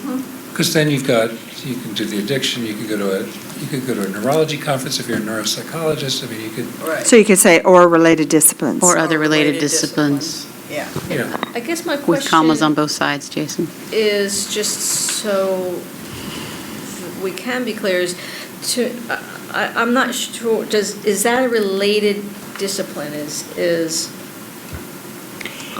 I was thinking the related discipline meant something, Like marriage and family therapy or other mental health. Exactly. Yes, I think I kind of agree with So- you. are you talking about? Related If you areas. went to a conference on addiction, is that a related discipline? Or is it related to the way you practice you engage in your practices, that you deal a lot with addiction issues? So we just want to be clear on, and maybe I'm not clear because I'm not in the field, No, I think what's a that's a related good point. discipline Does versus. that, I think if you're confused, I know psychology. Could we say something like, related to the practice of psychology or other, How about one's practice of psychology? for staff clarification, only because that, I think, requires even more investigating into that one type of practice or that one person's practice. Would other related disciplines and specialties cover both of those areas? Because it's specialties within psychology and other related disciplines that, I was just It's thinking, not I mean, always- if you were an IO psychologist, you would be attending possibly more business-oriented conferences. If you specialized in eating disorders, you may be doing a nutrition or health Right.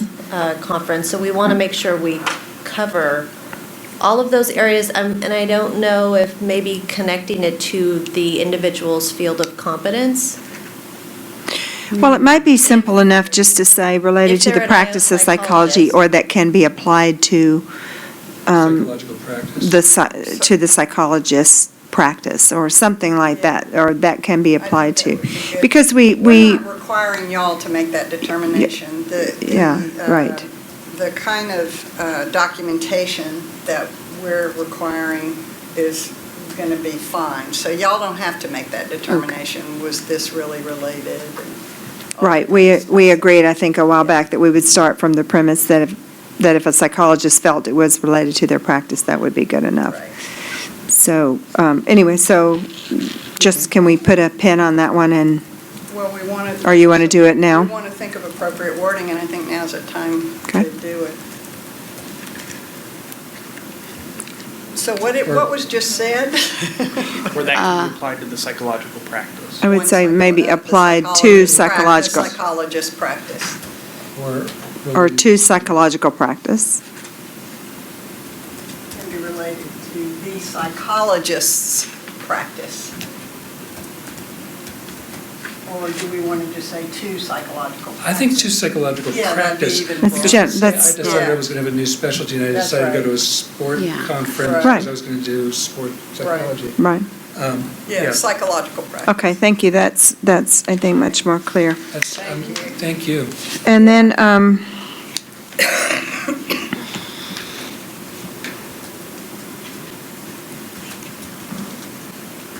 okay, so you took care of the duplicative wording under academic.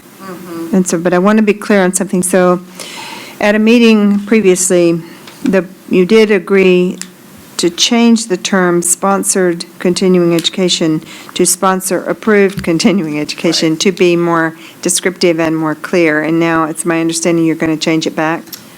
Thanks for that reminder. I think you're exactly right. And so what we need to do is change our major category What I heard, to sponsor approved. all right, what I heard Ms. Sorick say is that you can't use the term sponsor-approved because the Sunset Bill said sponsored.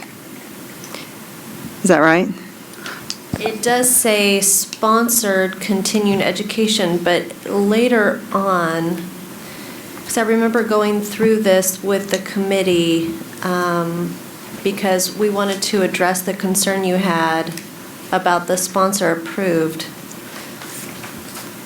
We may need to take a few minutes to look at that, so. Could we take a break now? Let's take a break right now while we're taking a look at that. Okay, We'll come great. back. Thank you. Great. 10-minute break? Okay.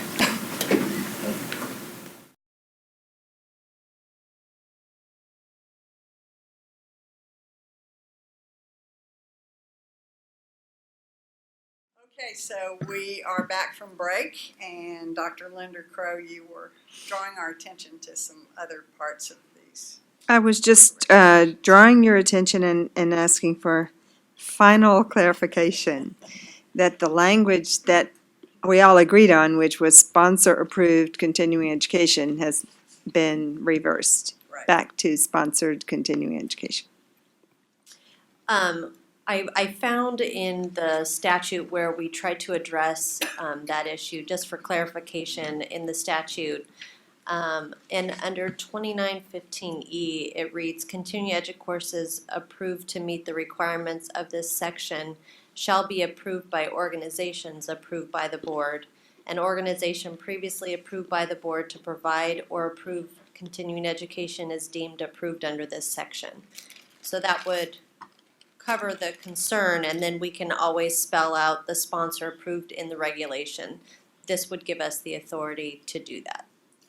And I'd like Hoping that to, addresses. I'm not sure I really understood that, sorry. So, Grace, do you wanna?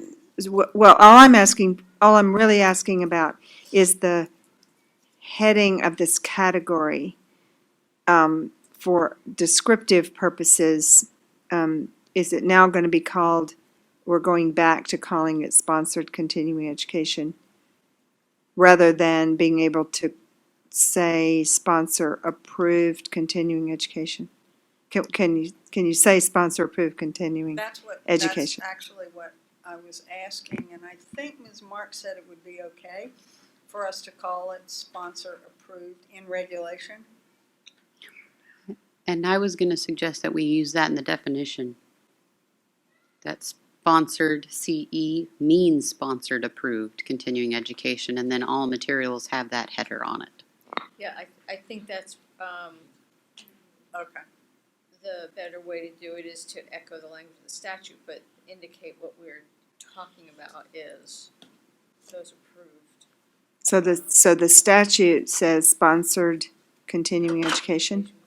Right, and And then we then- can say, under that category, it means this. That it's Sponsor sponsor approved. Exactly. Yeah, And then sponsor approved. And then in all educational materials and all materials on the board, it would just say sponsor approved, because we've already said that that means this. Okay. Right. And that would hopefully provide enough clarification. Okay. And then Ms. Jason, Burns, do that you would want be. to, I was going to say, do you want to let them know? Yes, where- Jason, can we go to C?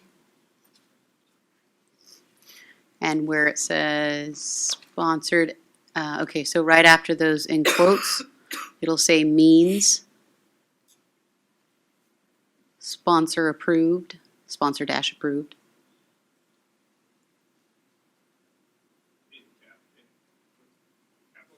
Yes. Continuing education. Probably approved doesn't need a capital, probably. And includes, or, Yep. And includes, and get rid of the colon.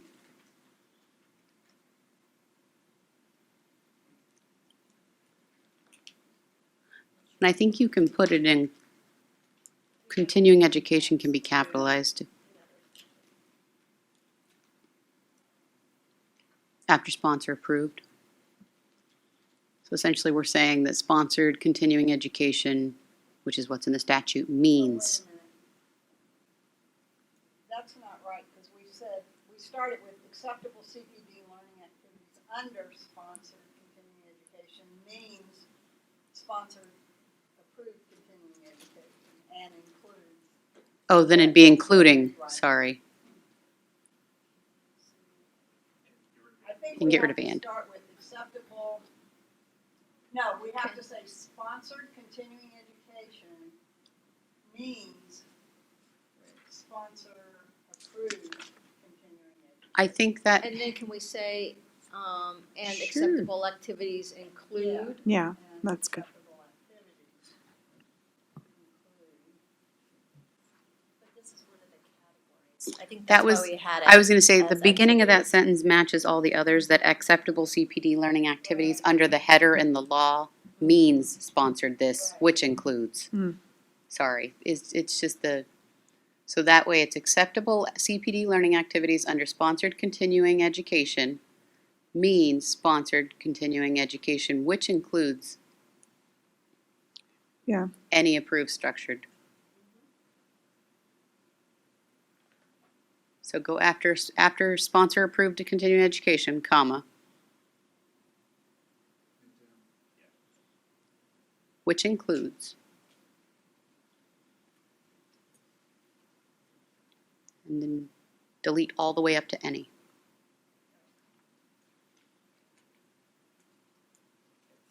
Awkward, but it's, I get what we're trying to accomplish, but it does seem yeah, it doesn't. silly to say, oh, this is what, the definition of this is, and then we give another. And I get where that's hard. If we mirror Right. this language, it's. I think the reason it's probably necessary, and we had this discussion before, is that you have statutory language and then you have real-life language. So no one uses the term sponsored continuing education. The term is sponsor approval or sponsor approved. So this is a way to, Just further I get why we're using explain. the phrase, it's just. I know, It's it's just awkward. stated a little awkward. But it's but like that's saying okay. A means- Regulations A means are, A plus. but regulations are awkward anyway, so. And that's what I'm trying to get at. is- Oh, no, of course, that's true. Of course. that's I true. also wanted to be clear to any licensee that looked at the statute, that this clearly is this equals this, and then carry on from there. That's good. So that it's, because sometimes you'll find in other places, which we have found, that what's in the statute has one name and what's in the reg has Right, another name, but right. there's no this means this, and then that's confusing. Yeah. Are these actually defined by the agency or not? So that way it's very clear. Okay, now, am I correct then that under this, then, on page, back to page 4, on page 4, there's publications, and then you're adding 5, which is self-directed learning. I am wondering if by saying self-directed learning means reading peer-reviewed journal articles or books, watching videos or webcasts, or listening to podcasts. To me, when I read that, that's all that you can do under that category. So, I want to raise this because there might be something else that somebody does under self-directed learning that could be included, or do you mean to limit it to those things? I don't think we mean to limit it, and I think, I mean, is there other language, like I I was, think we want to say maybe such as. It doesn't just mean that, but Right. basically we're talking about there are a variety of things, but you're deciding yourself. Are you going to read a journal article? Are you going to read a book? You're going to watch a podcast? You're going to watch a webinar? You're directing the learning. What are you going to do? So I think it's such as, but the main thing is you've decided the mode. For We staff don't care purposes. the mode. It's Oh. just, more that it's Yes. under your direction, whatever you decide. As long as we have the second sentence in there that says these activities must be focused on blah, blah, blah. I think we can, I think we can define it more broadly. It means things such as, Yeah, it means activities such as. yeah. I think that you would have to have a description and then the such as meaning certain To examples. illustrate it. So you might, I don't know if you want to flip those to say Well, we can, means activities that are focused on maintaining, developing, and increasing conceptual and applied competencies, such as reading. Yeah. that's a good way. Flip those so Yeah. that you have some, what is it before you give the and, example. and I wondered if there is any reason, any value in trying to explain what a self-directed learning activity is, or what self-directed learning is. And I'm not really suggesting this. I jotted down something that, like initiated by the psychologist and conducted independent of others or something like that. But I don't know if it's necessary. I mean, I think people in general, I think, would understand this. My biggest concern was just limiting it to those things. And part of it is that you don't know what else is going to come along. Right. That might be a valuable opportunity. Well, And we even could say this- something like activities independently undertaken by the psychologist focused on. Mm-hmm. And to your point earlier, Dr. Phillips, it sets it apart from independent study. Kind of. Kind of. Not Yeah, completely, it's though. still kind of- I know, it's still very, and I think, to your concern, I think if one activity can't be counted in two separate categories, so if somebody does an independent study and they want to use it here, they could. Or they can use it over there, But- under the academic category, but they can't use Avoid it is both. double counting. No, they can't use it in both places. Right. And it wasn't clear, at least with the category we were dealing with earlier on, that you couldn't claim it over here Right. and claim it over here. So I'd almost prefer that there's no overlap Right. between categories.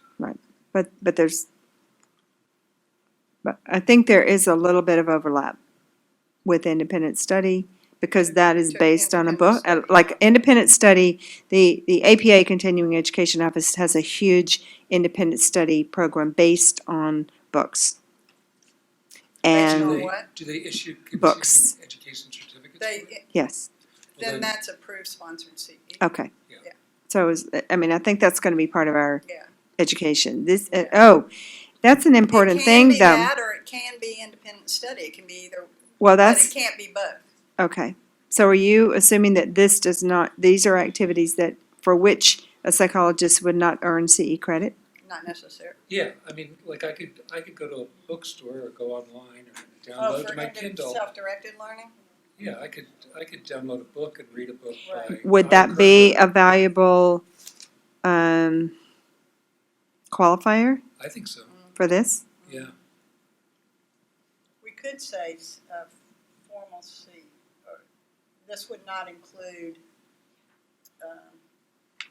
the directed stuff, you know. Or just say for which no CE credit is earned? That's what I was just Or thinking. if you want that to be. This would not count towards sponsor approved. Then it would fit under sponsor approved. Your last sentence could read, these activities would not include anything for which sponsored continuing education. I would just Credit is use available. maybe plain English and say, Well, I think we want to say it's separate and above for that, because somebody could use it, they could say, but they wouldn't claim it under that one. They might do it because it's, you know, it gives them a structure. it's true, they could earn CE credit for it, but have many more CE credits than they need. Right, exactly. And so they would want to, so maybe that's not it's not a good, it's too limiting to say that, so, okay. So And forget just to that. put this into context, I just want to, looking at how this can be verified or documented, and I don't know if this will help with this discussion, but the draft language has maximum 6 hours can be directed in self-directed learning. 1 hour of activity in self-directed learning equals 1 hour of credit. The licensee shall maintain a record of this activity. This record shall include date or dates, medium, for example, webinar, topic or title, and a total number of hours. So just making sure that we're not missing anything with Although that in mind. I can imagine that I would take a course from ABA, for instance, where the assignment was to read a book, and maybe you take a quiz at the end of Right. it, and you can get a You get a certificate. for it. But would that really be any different than me just going out and buying the book? It'd probably be better. Just That's just what the we're saying, CE credit. That you can count, you could count that one place or another place, but you can't count it So both. we need to make that clear. These activities would not include any activity for which. No, I think No, we're saying we that's don't not want to what say we that. wanna say. We don't want to say it because it's too restrictive, because you might do it and get the CE, it might, No, what I'm But saying you is, wouldn't count would- the C for, if you put it there, For which, what I was gonna say is for which you're claiming CE credit, right? that's true. It's Any not- activity you're claiming CE credit for, you You can't can't say put is a there. self-directed learning. That's activity. true. That's true. That's the way to say it. for which you are claiming CE credit under Or claiming whatever that credit other under- section Credit is. under Yeah, sponsor under approved. Under continuing sponsored education. continuing Yeah. education There we go. category. That's good. Okay. That works, doesn't it? That's good, yeah, that That works. works. It's not restrictive for the licensee, but it gives a licensee, if they have done something and they have gotten credit. Probably the Language probably sponsored, needs to be clear. Jason. For which credit is claimed under sponsor-approved continuing education, particularly you. Yeah, don't take UR, we don't want UR. For which CE credit is claimed. For which credit is claimed under sponsored continuing Yeah. education. Yeah. So this is just prohibiting double counting, it's not prohibiting Right, from, Right. if it Right. qualifies. You could pick one, you could. right. if They you- can earn CE credit, but they're not gonna claim it in the other category. They're gonna You gotta elect your claim it category. under you gotta Yeah. pick, yeah. Okay. Right, Um, because it actually would be. It's not. I just take the CE out, just say for which credit is claimed. Any activity for which CE credit under this is claimed. Which credit is Credit, claimed under. for which credit is claimed under the sponsored approved continuing education category. If, as Dr. Linda Crowe had pointed out, there is overlap in other categories, do you want to consider just a separate statement overall about not double counting as opposed to just here? That That might be a good idea. I Yeah, think because that might be, actually, that may help APA clarify also has way up front, those you know. peer, they have peer consultation Consultation groups. things, Which groups was- that you get CE credit for. Right. But that would also fit You under, could also claim it you as know, your- peer consultation. Yeah, right. But, you know, you have similar language where you say that, back in the academic part, that you can't claim, Teaching. you can't claim teaching a course more Right. than once in the same renewal period. And I think it might be a good clarifying statement, just way up front somewhere to Like say in the that introductory paragraph kind of? no activity may be submitted For in, more than one. for more than one category. Maybe where we define the major categories. That's a good way to do it. Mm. Maybe Just to write make that it clear. No activity can be claimed, credit cannot be claimed for the same activity in more than one category. Right. Oh. You We already do, have don't it, you? I actually. thought you had it It's, somewhere. I was think gonna it's say, I there. know Ahead of the game Yeah, that's here. right. On page Perfect. 13, under M, it says, no CPD activity may be claimed for credit more than once during a renewal period. Oh, that doesn't cover No, it. that. No. No, it doesn't No. cover it. But, I think we but, could put it in the same place. In But the you could same use the place. same Yeah. language and, I think M could have both caveats on there. Where is it? There you go. No- okay. So, No activity for which credit is claimed in one category can be, no, I don't know.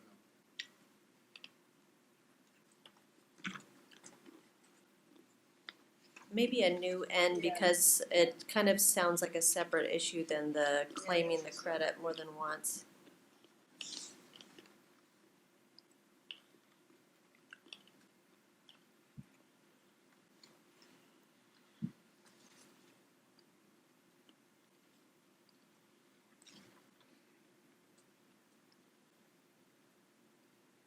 No activity may be claimed for credit in more than one category. How about that?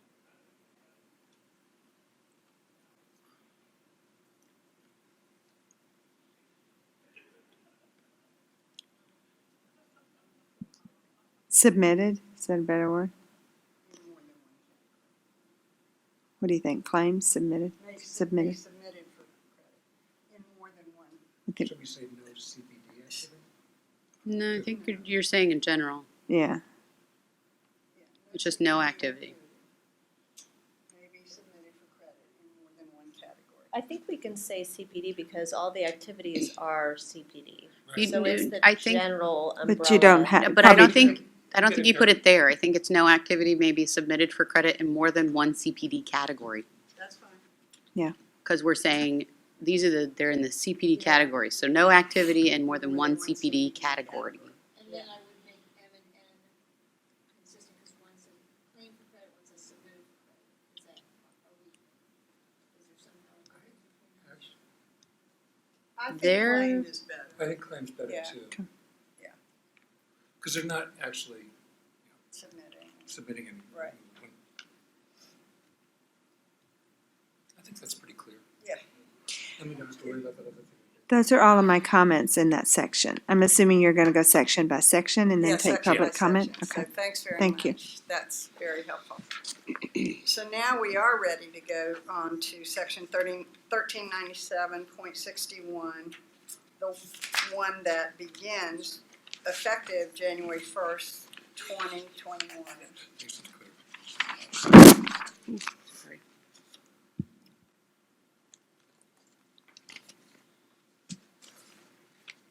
I have no comments on that section. We do have some from Ms. Jones. Okay, hold on just a second, got and we'll get to that. But in paragraph C, Okay. we have 5 CPD categories on the 4th from the bottom line. And we need to say 4 Mhm. CPD categories. We're in, I'm sorry? I'm sorry, I'm just trying to remove the section that I added in under independent learning, Uh-huh. and I just don't know what that. Remove this program. I just asked for crap.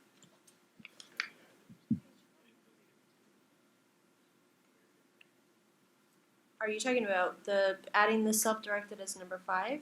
No, adding right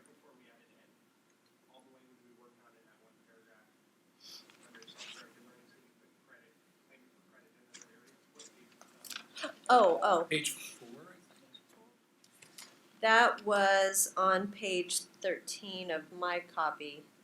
Not the animal, but the one that we're working on. Right. When we said, gee, let's just have a Yeah, exactly. Page 4, right? Yeah. I believe.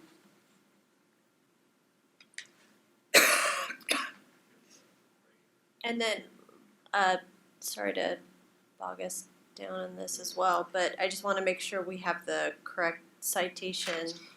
And I think initially we had gone through this with the referring back to the other sections of the regulation, but I think, okay, never mind.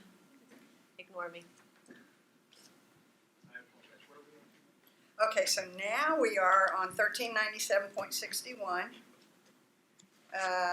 And paragraph C, fourth line up from the bottom.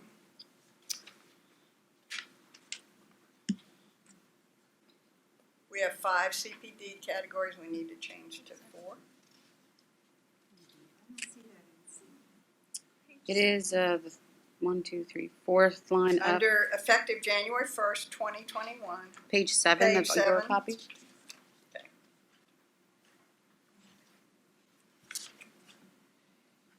And at the top of the next page, E, same thing. Right. And we need to take out self-directed learning out of that paragraph as well.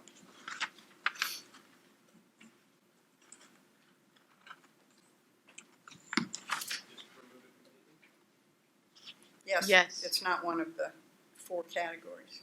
Mhm. The "and" needs to stay.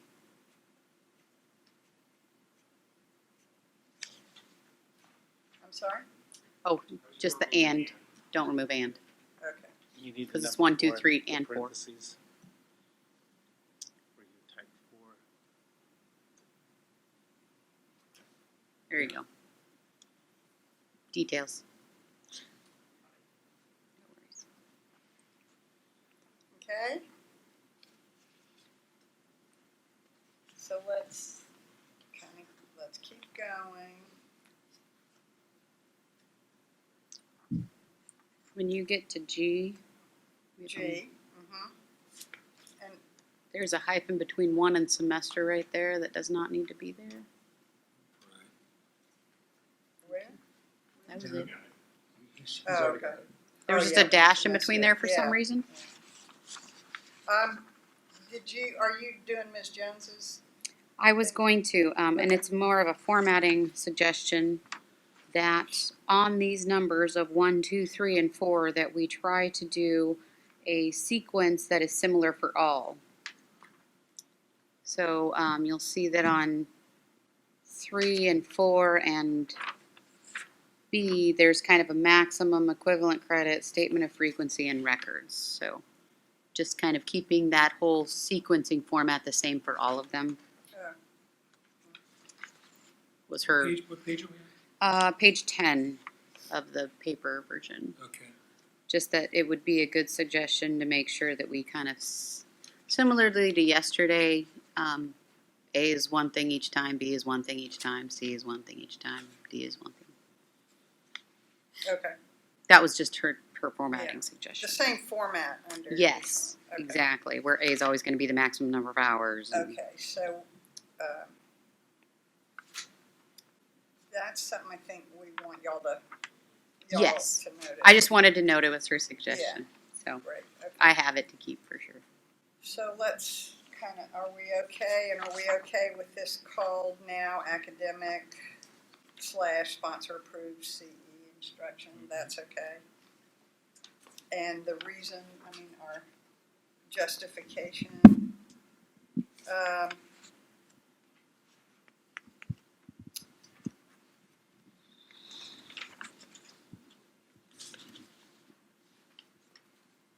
so like proof of publication under publications, which is number 4 under G. That could be like a title page, right? Because on the title page you have the date of publication, and you've got it printed. It's a printed thing with the abstract and the journal and the date of publication, all like that. Okay. Or if it's a book or something. Okay.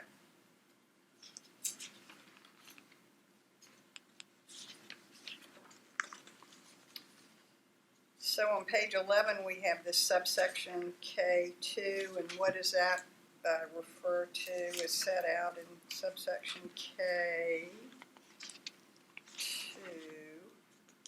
This is K that we're under.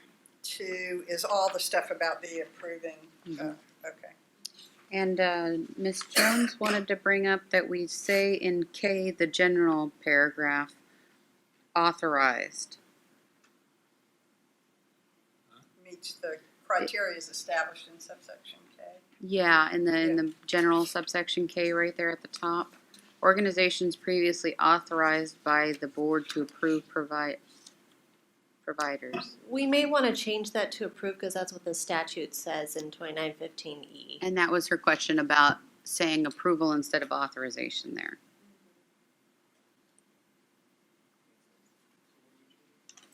So what do you? I think it's approved instead of authorized. And there's two different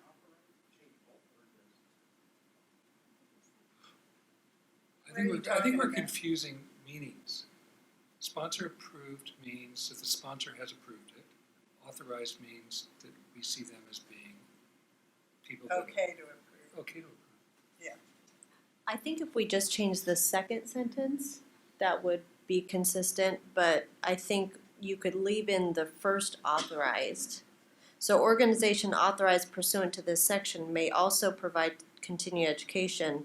Organizations previously approved by the board to approve providers of CE are deemed authorized under this section. I think That's that's actually duplicative. I don't even know if we need that said twice the same way. Yeah, I don't either know what that says. The sentence, the middle sentence, it says organizations authorized pursuant to the section may also provide continuing education. I'm not quite sure I understand. Oh, that. because I think what had been brought up by CPA was that you approve providers, but you also provide CE. So we wanted to make sure it covered Right. both areas. Right. I think ABSI was similar. They do the same thing. Organizations previously approved by the board to approve providers. That's really. And I think it's also because the statute got rid of the authorized, it's all approved language. So it's really hard to hear what you're saying. Oh, I said I think it was also because the statute says approved, not authorized, was why she said, does BOP issue an authorization statement, or is there posting listing of authorized providers, or is it more of a board approved instead of authorized is all? Okay. So it was more of a broad question, and I believe So all in just the language says to throw it approved. out, that last sentence, if we just change that one to organizations previously approved, Jason, does that make sense? Mhm. And I know it's kind of funky to say approve to approve, Yeah, but I think at the time, that's what Yeah. we did. that makes sense. So,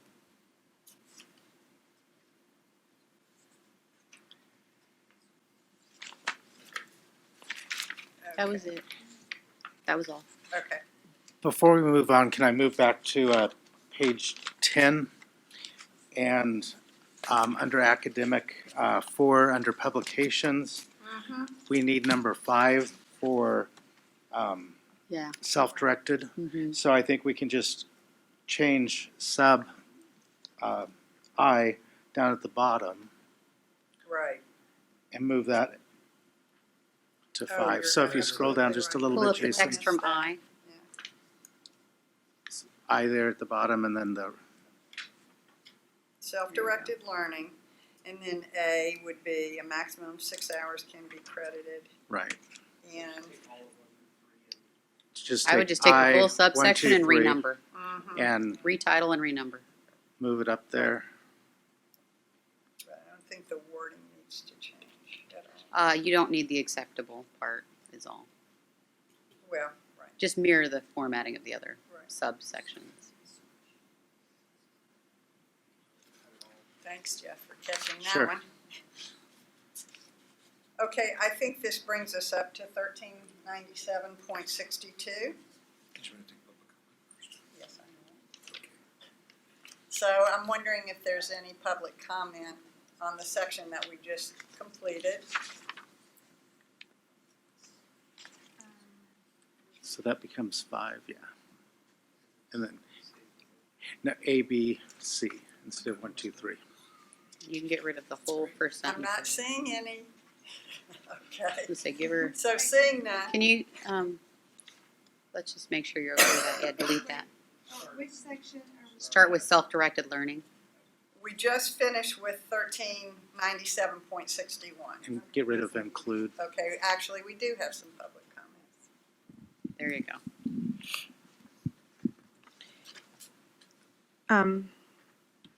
I do have a question on my draft on page 13. There's a highlighted section in that has a staff note, a comment Yeah, that says, is this negotiable? Oh, right. Do you see what I mean? oh, yeah, we need to, This is for a license that expires between January 1st, 2021 right, and December 31st, 2021. The licensee may accrue some or all CPD consistent with this section as it Right. existed. So I think we need to talk about that. I mean, I think we covered that and talked about it at length way back when in the committee and also at the board. This transition period is absolutely necessary because no matter when this goes into effect, some group of people are going to be straddling the old system and the new system. So it would be our position that absolutely is necessary. So that, and we worked a long time on how to build in that transition period so that if you've already earned some CE credit under the old system, you would be allowed to use that if you renewed at the end of the first year of the new system. so, I agree, we had that discussion that there's a clear transition period, and as of such and such a date, everybody has to go by the new system.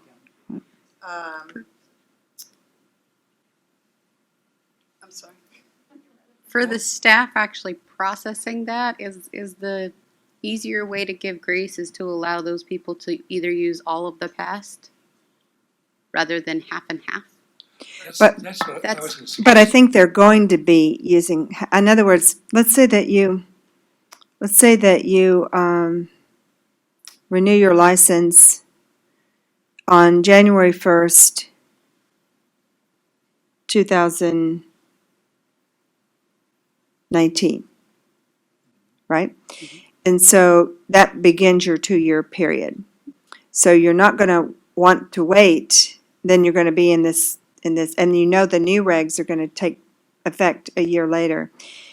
You can't let a whole year go by without earning some CE. So they're going to be earning under the old system.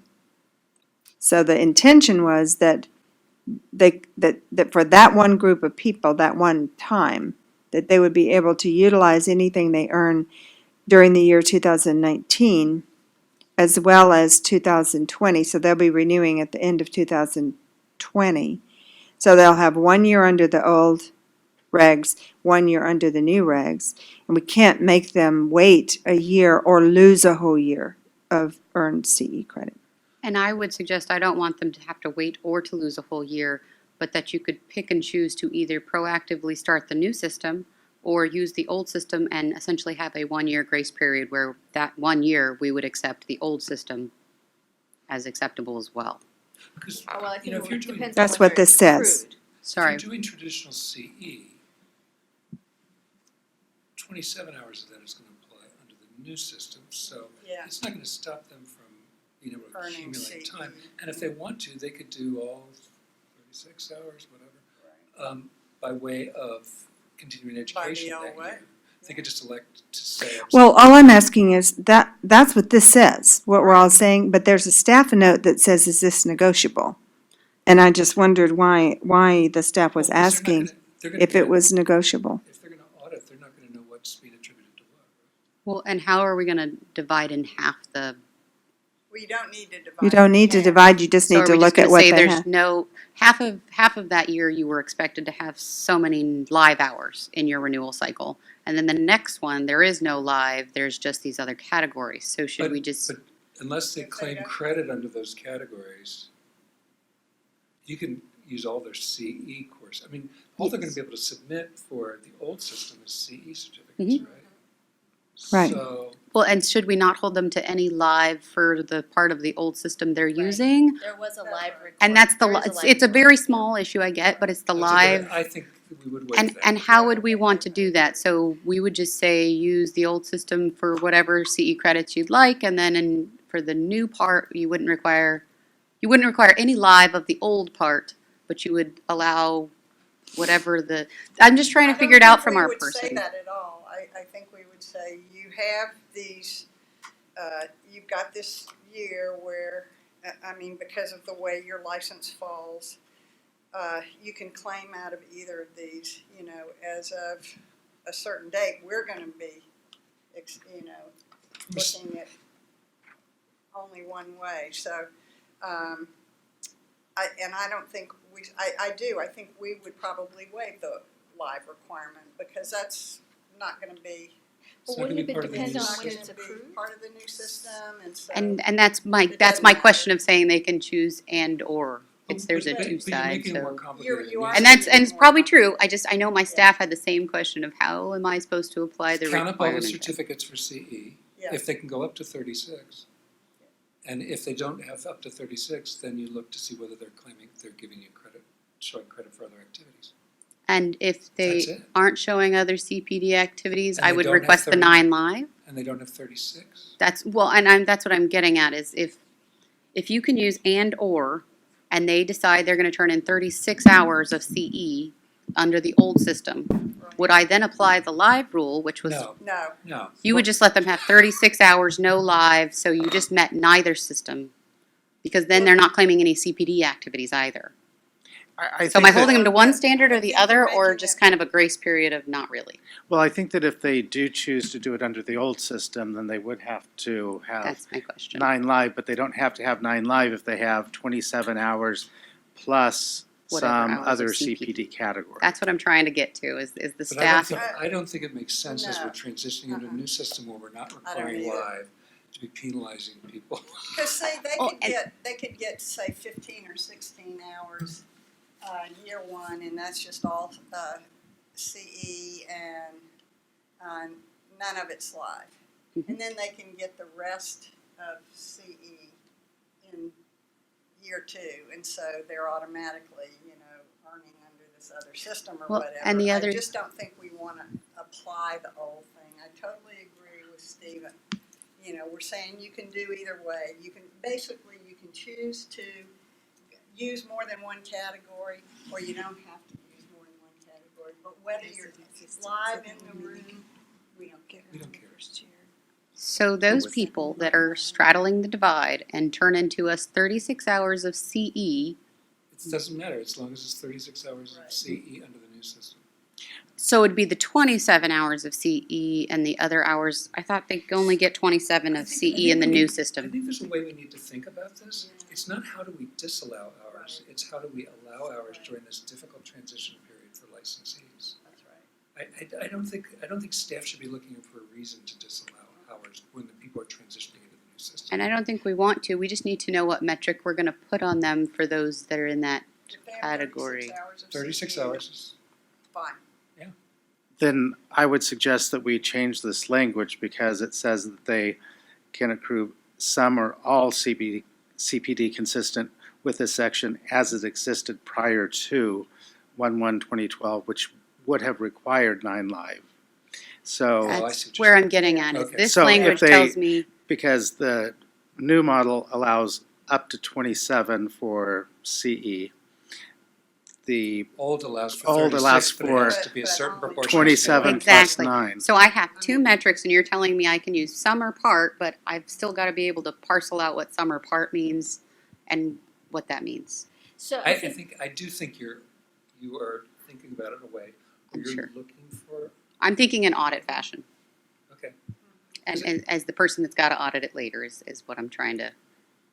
And I figure think out. besides the issue of the live hours, It's pretty straightforward, like Dr. Phillips said, count up all the hours of CE and then follow the max allowances for the new system and the different categories.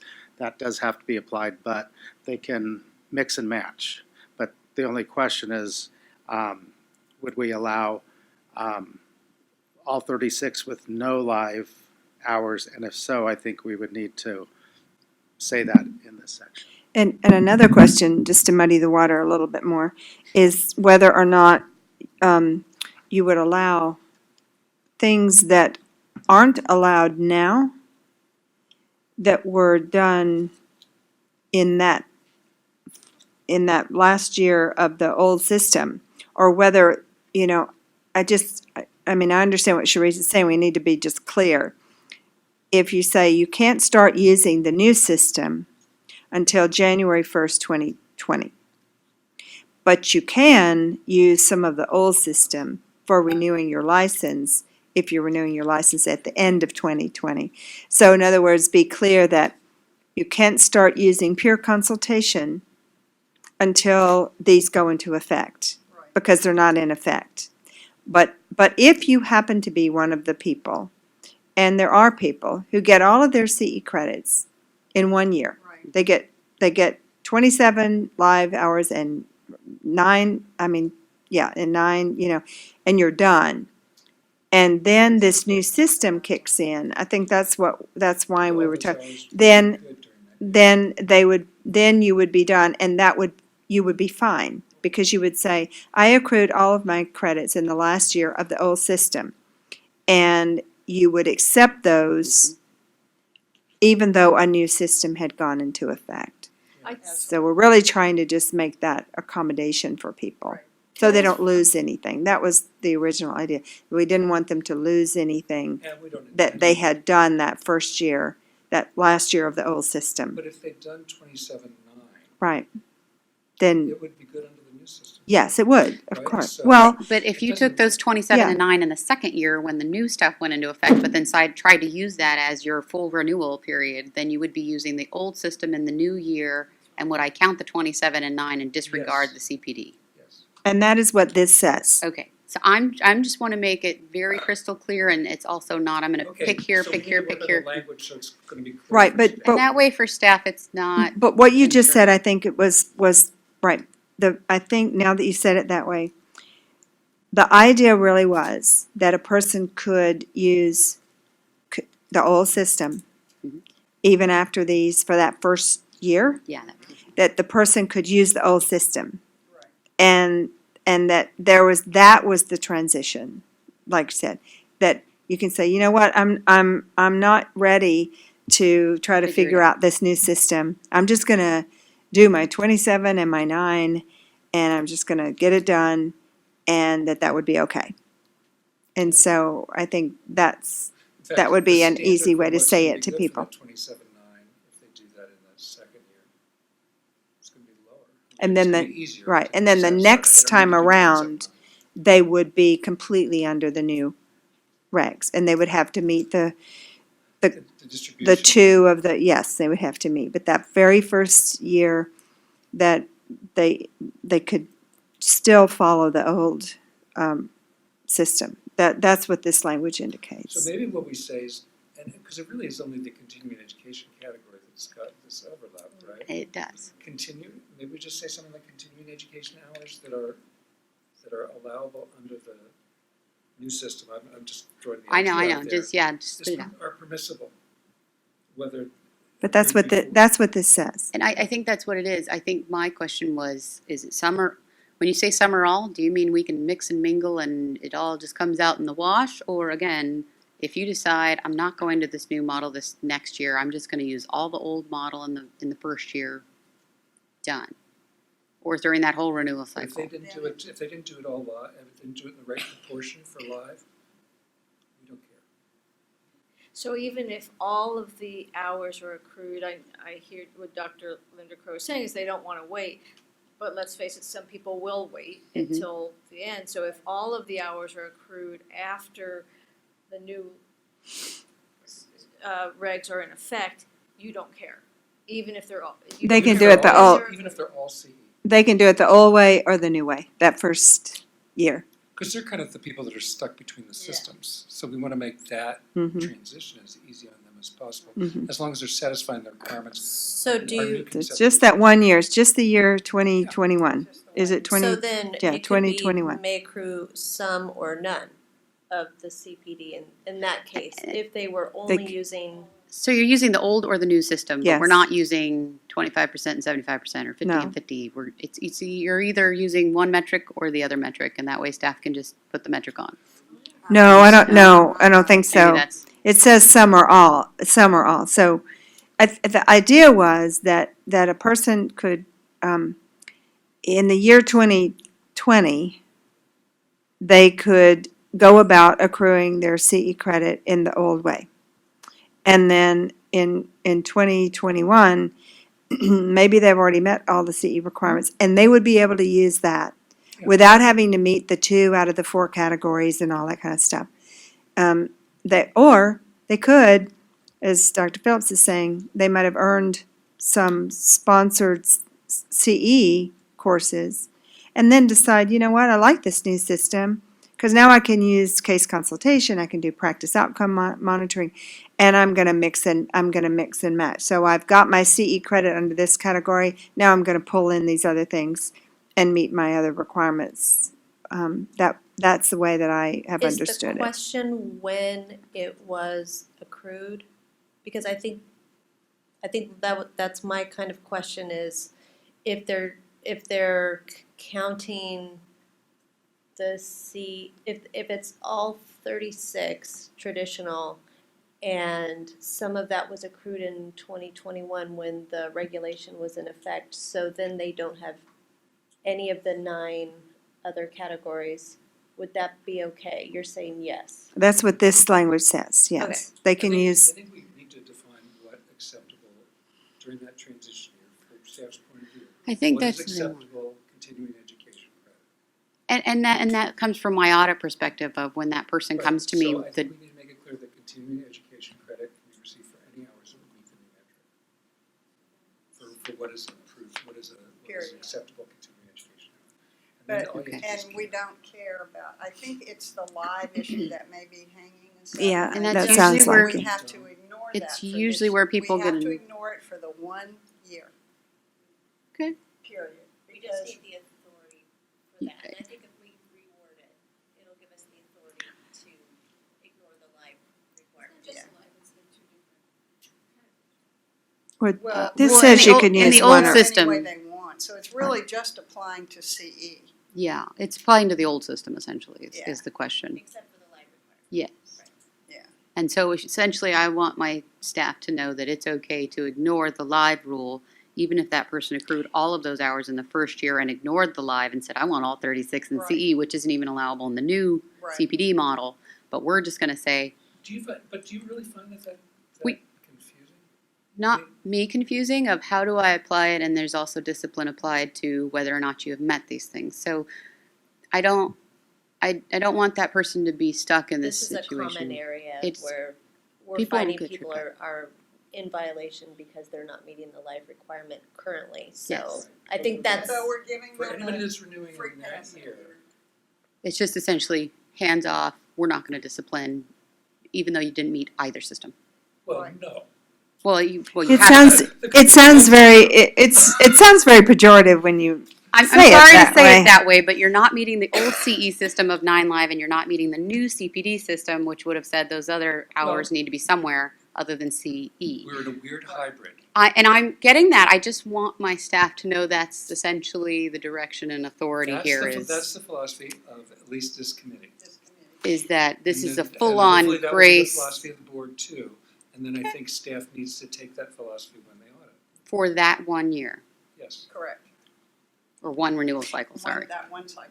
Well, if we go back to this language here, is this language then in the regs satisfactory? Is that going to, and then I understand that apparently there's a lot of a lot of other things that in terms of implementing it at the staff level, but is this language okay?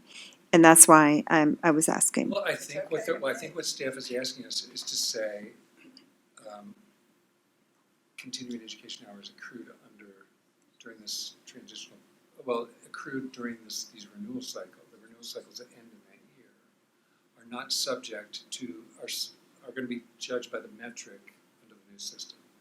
So in other words, you get 36 hours, but the metric in terms of what the criteria is for an acceptable hour, which has become more liberal, right? In Would terms of apply that. distance versus an hour. Language that is less specific of saying it applies to the new metric, just I would say language saying hours accrued between this period will be met here or here without live. Just something similar to what we have, and then just probably specifically state no live requirement needs to be met. Or hours acceptable under the new system is coming into effect are acceptable for all or part of the continuing education requirement of the old system. I guess it's kind of just I deeming I don't know them. what the language is. I think actually we should lateral it to staff. I think, I just wanna know But because- you did, but my understanding when it says, is this negotiable? I thought it meant, can't we just make everybody follow the new rules? Well, Oh, no. My original So- reaction to it was elect one or the other system, That's what my thought was. and then tell us which system you're using, But- and we'll audit you under that system or audit you under Right, the but new that system. would mean that, and the only outlying question then would be, can I start to do activities in 2020? Because I know my license renewal is going to be at the end of 2021. Can I start to accrue activities under the new system that are prior to January 1, 2021? That is something that we need to be clear about with folks, I think. And that's what I thought we would be doing, one or the other. So if you elect the new system, then you can use that new CPD model in those both years, because you're electing the new system. Or you're electing the old system, and I'm going to hold you to 27 and 9. Yeah, and that might One or be the other, more not clean. intermingling of the two. If you say I'm going to use the new system, you can still use any CE that you've accrued in the year prior. And so that might be a cleaner way to say it. Like this first year, you can still use the old system if you want to. I actually think that's the way that we talked about it in the early days, right? That we said, this very first year after these go into effect, if you are one of the people whose license is going to be renewable at the end of that very first year of implementation, Sometime you can still, yes, or during that year, you can use the old system that you're comfortable with. Just go ahead and use it. But after January 1st, 2022, everybody's on the new system. So there may just be a way that we need, the way I just said it was clear to me at least. So we may need to look at language, but I think that's, the idea now that I'm thinking about it, when we had the early discussions was to let people pick and say, you know what, I don't want to make this transition yet because I'm half and half. I'm just going to use the old system. I'm not going to meet the new system requirements. I know that, and I'm declaring that I'm submitting my credits under the old system. Exactly. I've got 27, I've got 9, I'm done. And next time I will kick into the new system. So I think that's a good idea to specify it like that. We'll put something on the CE renewal or something that, that people have to attest on the form or something. This is the system I'm using. The Yeah. old system or the new system. And I am submitting or if they get audited, if they get audited, Yeah. yeah. Upon but you need to audit. check it on that box of, there were. The box just says the number of hours. Right. Box just The box just says the number of hours, so it'd be 36 regardless. But when you get audited, we would need them to certify that I chose to use audit the letter, old we hours. need to say, when you send in your hours, let us know Yes. if you're elected to do it under the old system. Yeah. Right, Or the new exactly. And then staff doesn't And then Then- there's then- get upset about. And then there's no trying to figure out splicing of what- systems. There's Right. just one or the other, and I apply the metrics the way they're meant to Right. apply, one or the other. And then after that, everyone's on CPD. Seems to me it would be fairly easy to explain to people. So why You don't can we- pick. You can choose. Noreen? It's probably a cleaner dividing line. No in blending. terms of regulatory. Not that Yeah, language. I think And I so think too. maybe easier for people to understand. I actually like the idea of being able to do an amalgam of. But the amalgam actually, though, is really, practically speaking, the amalgam is to say that you're using the new system. That's- Because then you can accrue CE credit in the previous year, but you can also have the advantage of using the newer system in the first year of implementation. So you really are, practically speaking, blending them, but you're not, but we could talk about that as being an advantage. But for people who don't want to, that first year, who aren't They'll quite go under the clear, old- and they just want to use the old system, they will get one more year under the old system if that's what they want. So are we saying there's going to be, I'm confused now. Are we going to say there's 3 boxes that they have to? No, One box, No, and when no. you're audited, you choose either the old system or the new system. You'll tell Because us, then you wouldn't be able to blend. no, what I'm saying is practically you're Yeah, you are. conceptually, if you you're if you blending use it. the new one, you're blending it You're anyways. blending. If you use the new one, my license is up for renewal in 2021. These are going to go into effect in January. Let's say my license is renewable in June. I'm going to think about this and I'm going to say, okay, I like this new system because I'm teaching a course or I do a regular case consultation, and now I'm going to be able to use those credits, whereas under the old system I can't. Okay, But I've already earned some CE credits under the old system, and I can just use those but I'm going to have to but here's bet the and situation. declare. I got 35 hours of continuing education credit in year 1. I did an hour of pure consultation in year 2. I haven't complied with either system, right? But then you. Yeah, you have- You No. fail your audit. Yeah. Well, that's if you did the 30, So you if can't you did, kind of mix it. well, if you did the 35 and you didn't have, at least 27 of those were live. But yes, you would, because you would have 35, and then you would have one over here that you could claim under the new, But you can't. Actually, no, that let's wouldn't- just, I mean, Let the me- way to do it is just what we said, which is a person has to state which system they want to be audited under, right. which system they're going by, period. And it actually, if people do choose to do more than, personally, if I decide kind of halfway through, I'm going to go under system number 1, but then halfway through my first year, I go, I think I would like to do this. Then when I get audited, or if I get audited, I'm going Right. to say system number 2. Right, And exactly. I better make sure that I have followed the things for system. Right. There's a group of people, though, in this hybrid situation, which theoretically could not meet either system. I don't see how that's possible. Because if you have 35 hours of continuing education and then you did 1 hour of pure consultation, you don't satisfy either system. Well, that's why they have to know. And I that think that's why you need to choose So choose. it's one or not, the it's other. not kind of like, Well, So we have to change our wording. right, I think, That's what this. I goes to. see what you're saying. However, I think that's why they have to choose, because if and they've done, I'm good with that. I if- just don't want people to if- have the impression. And But then if that's they've- what I if want. they've is done it's 30 one or the other. So let's let's say change I've it. done 35 hours. Okay, let's change our wording. We're not saying may accrue some or all. No. We're, I'm Oh, sorry. sorry, Noreen. That's okay. Ms. Lawrence. I'm not sure, and staff I think can help out with this. I don't know if this is a little additional wrinkle.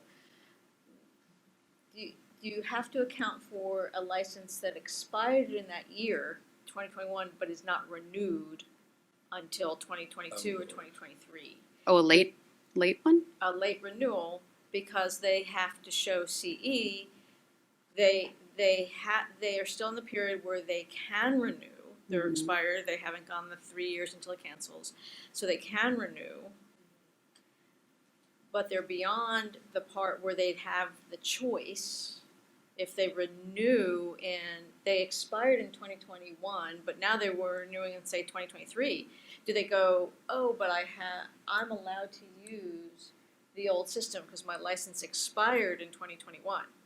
Can it So be we'll whether they're we'll eligible? So use. is it when we'll they do language. renew? I feel like it should be when they I renewed agree. then. So if you choose to renew 6 months later and you somehow do that, then it should be for a license that is renewed between. So we can, for a license that is renewed. I just personally think that's easier we because totally- That's- you could deliberately Okay, be. agrees with you. We all, Okay. we agree, so, I mean, let's kind of Move it along. move on here. I think we're in agreement. Sorry. People have to choose one or the other, and it's for a license that's renewed Renewed in that year. in that year. So, that's what we want to put the wording here. Do we So- want to say for license that renews or reactivates between those dates? And then it covers both? I think Yeah, so. probably that'd be cleanest. Okay. Okay. And it's one So what clean way language to do we- apply it. Let's just figure out the language. And I think, Either system is acceptable. For licensees. Yeah, Renewing or reactivating yeah. in the calendar year, blah, blah, blah. And the licensee has to denote, Should the licensee be audited, the licensee must specify which Which system their system. hours are being cleaned under. that's what we want to say. Must elect between the yes. two Yeah. systems for accounting.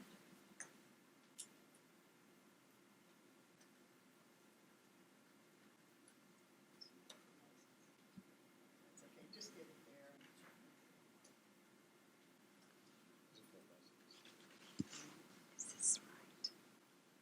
And start with standard system.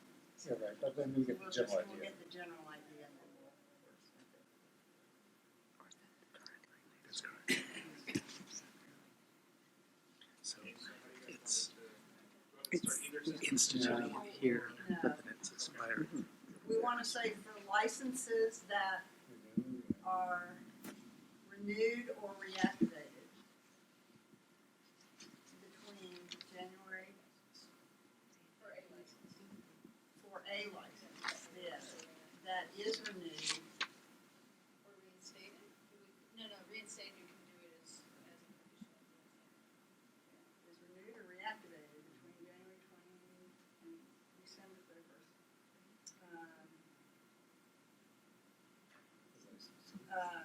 Let's see.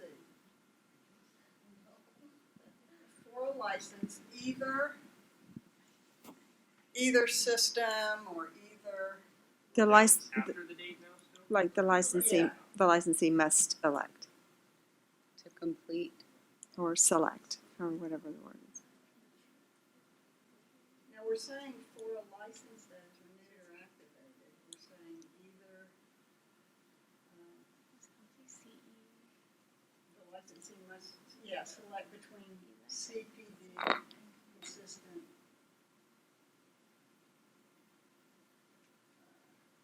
Can't we say must, for a license that is renewed or reactivated between that date, CPD must be consistent with one. either how it existed before 2021 or after? Can we just say it that way? But doesn't that kind of imply that you could kind of still do a little mix? CPD claim must be consistent, It's either or. yeah, with either how it existed prior to.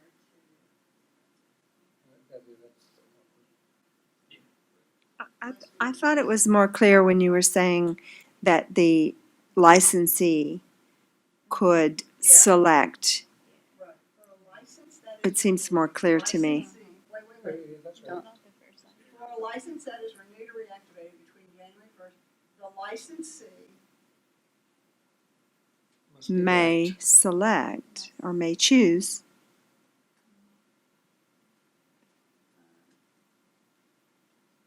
Must. Yeah, you have to, Yeah. you must choose one or the other. And OAL really hates May, so. Right. must choose, And you want to say if audited? I mean, all of this is like, Well, Yeah, they're it's gonna, all- but I think we just need to tell them this is what. so the licensee must choose. the system that existed prior to. To accrue hours consistent with either the system. Yes, must choose to accrue hours. Yes, that's right. consistent with either the previous system or the new, or under the previous regulations or under the Or regulations. consistent with this section. Yes, or consistent with the section, yeah. As adopted or as effective. Or those consistent with this section.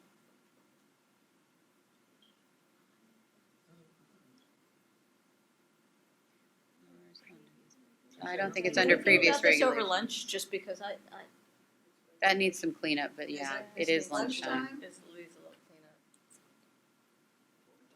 It's 12.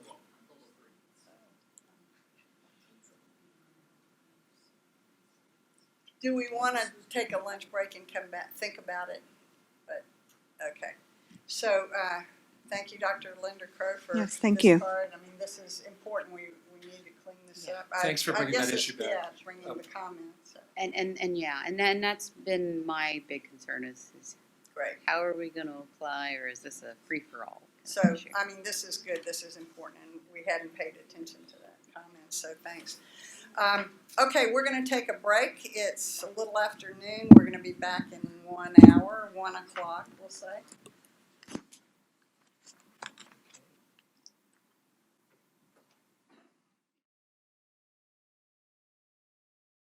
I'm going to call the licensing committee of the Board of Psychology back in session, and we left off They want these answers. at language, trying to find appropriate language for, let me see where we are.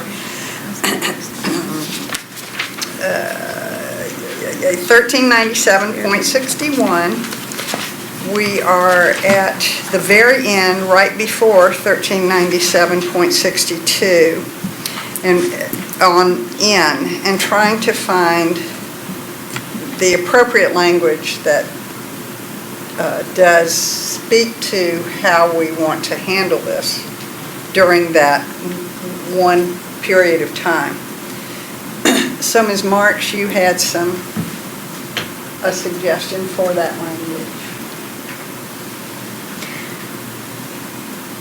I think if the committee wants to recommend to the board that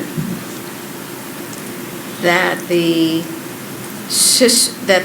hours met, even if they're accrued entirely in 2021, will still qualify for renewal if they only qualify under, for lack of a better word, the old system. I think we can word it, let's see, I didn't write it down yet. For a license that renews or is reactivated between January 1, 2021 and December 31, 2021, talk amongst yourselves. Let me come up with language. You need to catch up anyway, right? Yeah. I thought, boy, his hands are really flying. I'm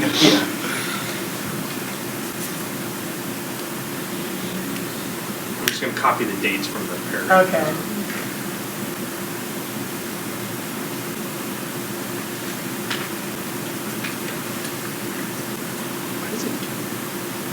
Because that's actually Oh, highlighted yellow underneath there. Under the comment. Mm-hmm. Gotcha.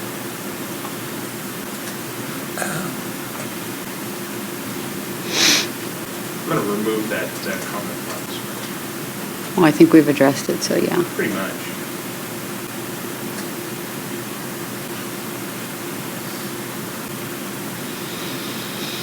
This is going to be in lieu of N. We're trying to Yeah, it's going to replace it.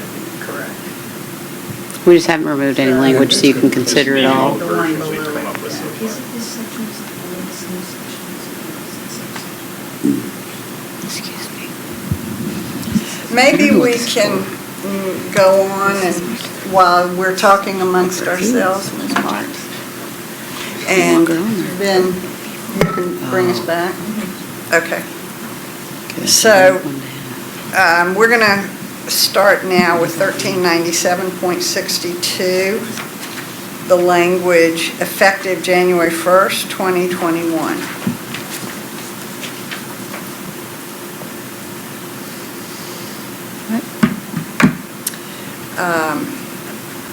So, do you have anything? Oh, we're going to come back. I do have a concern here.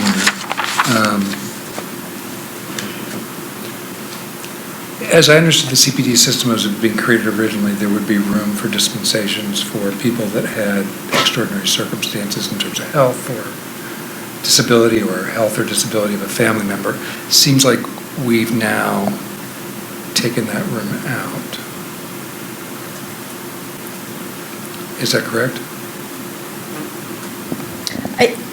I think one of the items for discussion when we talked about exemptions and exceptions before was if there's a concern about someone not being able to provide safe psychological services and whether or not they could meet the continuing professional development requirement. If they were able to provide services, what would stop them from providing from completing the CE requirement? So I think that was some of the discussion that took place, and especially with the total physical or mental disability, because there may be other practice concerns that come out of Oh, sure. of that, and I think what we in a few instances have run into is people that have applied for an exemption, and then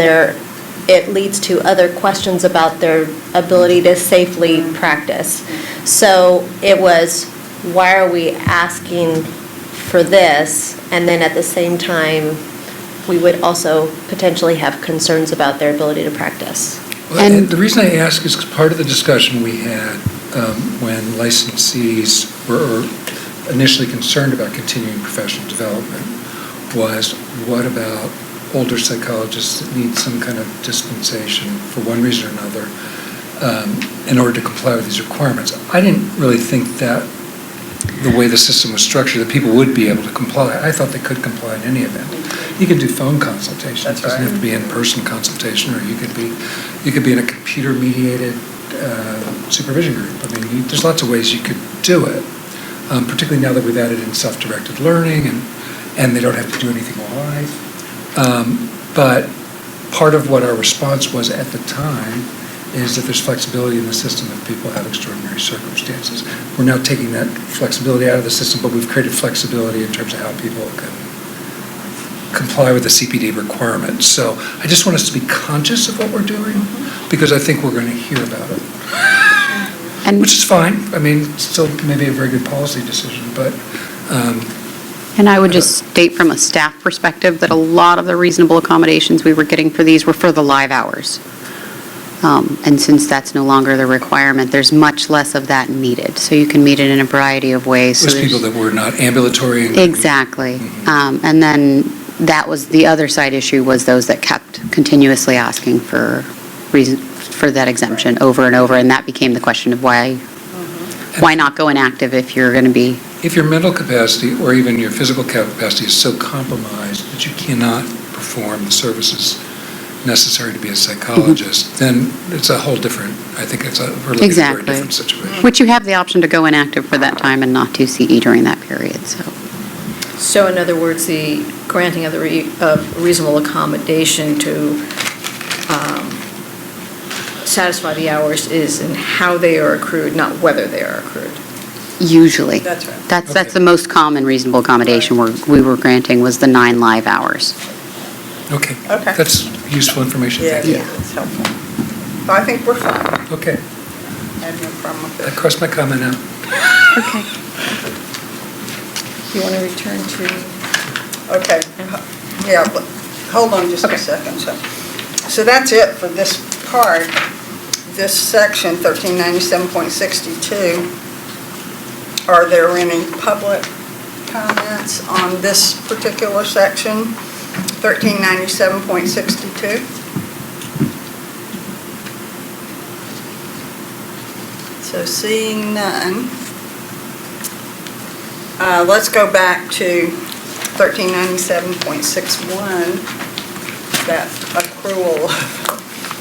So my suggestion is For a license that renews or is reactivated between January 1, 2021 and December 31, 2021, the hours accrued will qualify for renewal if they meet either the requirements of this section as it existed prior to January 1, 2021, or as it exists after That's great. January 1, 2021. Read Does that Either make sense? or, Yeah,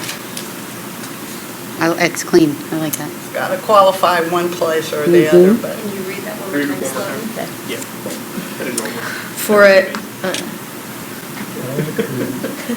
For a license that renews or is reactivated Yeah, I got that. between January 1, 2021 and December 31, 2021, the hours accrued will qualify for renewal Yep.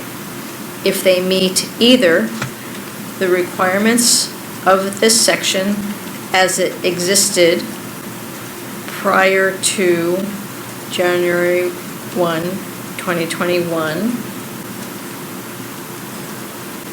or as it exists after January 1. Perfect. And then we would just make Doesn't sure either that the CE auditor in their instructions says you need to tell me which one you're using. Right. So when they request the audited materials, they would say, you need to certify whether you, exactly. Okay. Does that address staff concern? Exactly what we Stresses my wanted to concern. do. And good wording, yeah. Thank you, Ms. Marks. Thank You saved you. us from ourselves.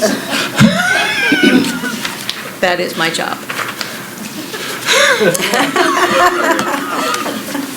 Doesn't mean we don't appreciate it. Yeah. All right, so we are leaving 1397.62, and we are now at 1397.67. Expired status. And we want to look at what's effective. Oh, there is nothing else. We don't have that. Yeah, page 16 with the blue top. Oh, removal of section and amending 1381.9 to include CPD requirements in the renewal section. So if you'd like staff to speak to this real quick, you already have a section in regs 1381.9 on renewal of expired licenses. It seems odd to have a different set of issues brought up in the CPD section or CE section of the regulations when you already have something for renewal of expired licenses. So, 1381.9. and I gave you a handout today. Oh, you There's a did? hand carry there that has just 1381.9. Okay.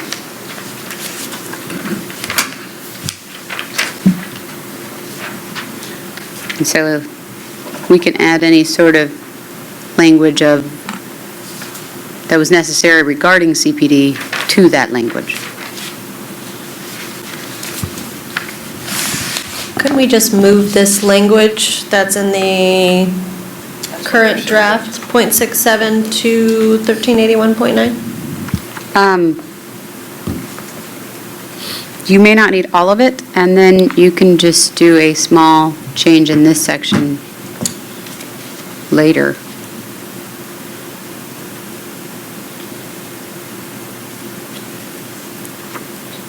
The question is, does this renewal information need to be in your CPD package? Probably not, That's a good question. because this is all about renewing. Well, 1381.9 is pretty brief, right? Yes. So you'd want to add the part on requiring them to submit evidence of completion. That part, you would add it to there.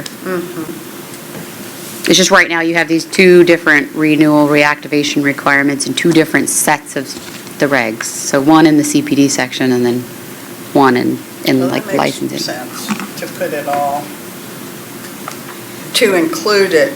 So what we're saying is you, in addition to any other requirements that may need changing, you have to furnish a full set of fingerprints. that's all that Mm-hmm. 1381.9 basically says.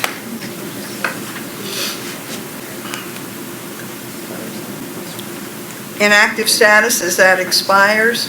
No, expired is what they've been delinquent for 3 years and then it expires.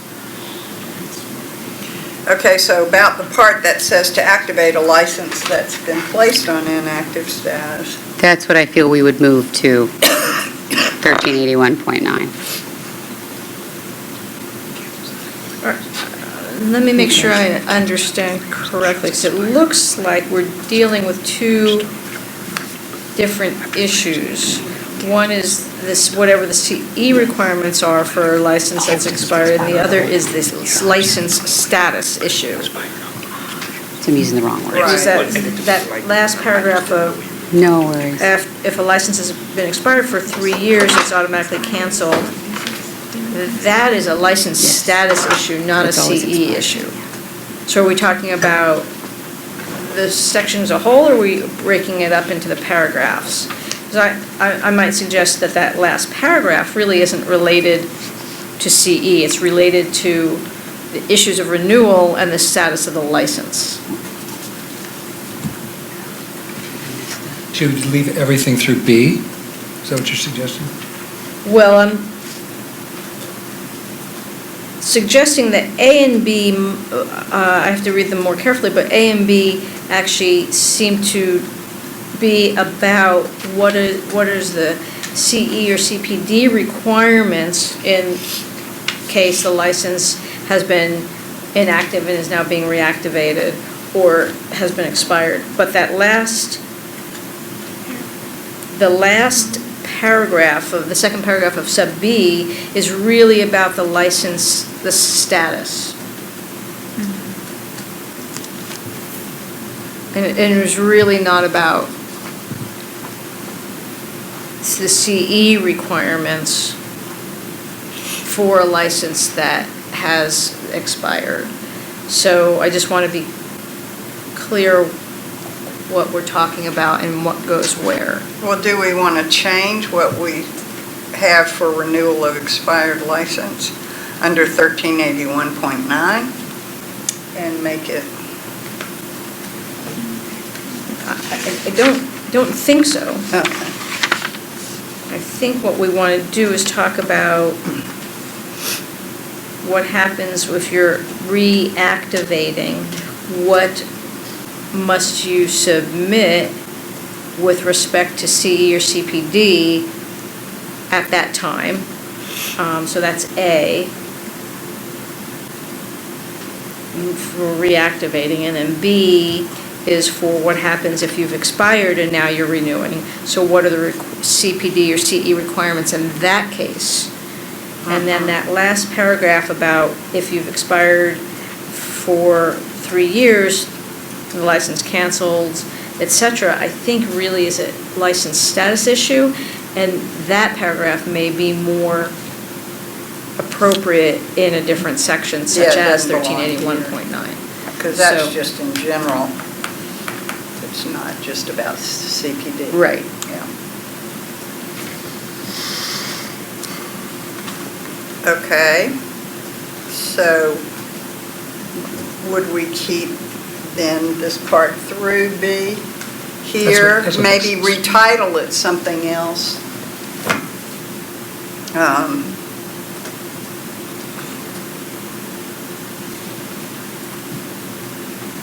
Maybe it's continued professional development requirements For renewal. for renewal or reactivation, or for reactivation. Yeah. Would that make sense? Yeah. Or reactivation or renewal? I think it would just be for Reactivation. reactivation, because the renewal is already covered Yeah. Yeah. by the other sections, it's already covered.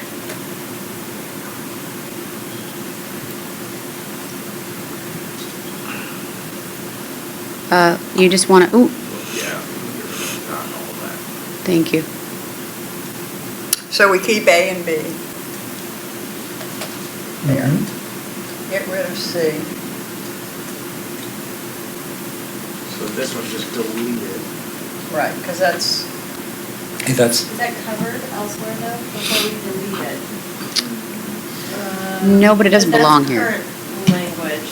I have that license status issue needs to go to 1381.9 is for that one. So if I unstrike it, it's all underlined, so I assume it's all new. It's all new language. No, well, it's all. It's language from the previous one, so 1397.67, the one above it that's currently in existence, Yeah. and effective January 1, 2013, that language is still there. So I think it oh, I see. just needs to move to. move that It needs to somewhere. move to 1381.9. Mhm. Just that last paragraph. And I would suggest that 1381.9 would also need to reflect that they need to meet that 1397.67. Well, it does say, in addition to other requirements. I just don't know why it In wouldn't addition say to that. any other requirements. Yeah. Still be nice for people to reference from section to section, rather than have to go searching for what. Instead of just knowing that there are other requirements Yeah. somewhere. Right. Okay, that sounds good. Do we have the, kind of where that goes?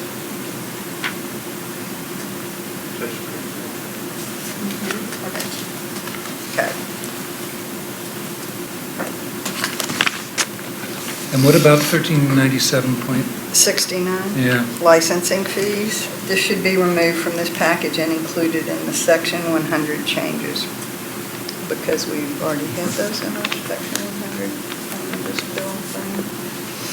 I think it's because it's already covered in statute that there's a $10 continuing education audit fee, so it's already covered, and I don't think it's necessary here. Is that, Jeff, you're remembering why we deleted that?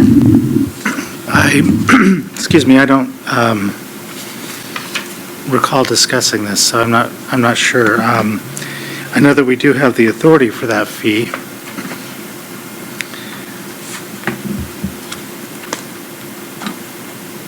This is inactive status or after inactive or delinquent status. Or, no, what is it? it's about licensing fees. But it says a condition of renewal or reinstatement. This isn't about audit. Yeah. It has nothing to do with CPD, it doesn't.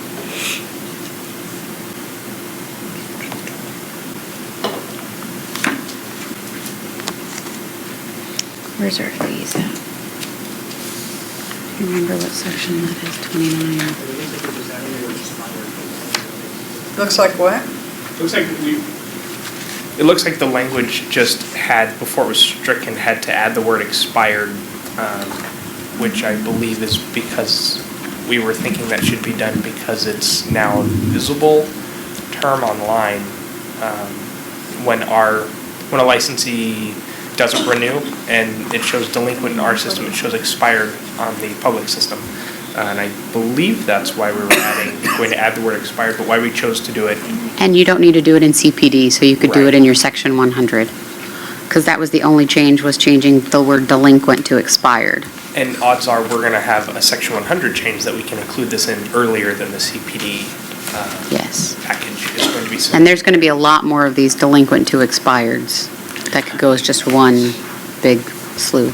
But the $10 is to be paid even if you're renewing an active license, correct? No, it's active only.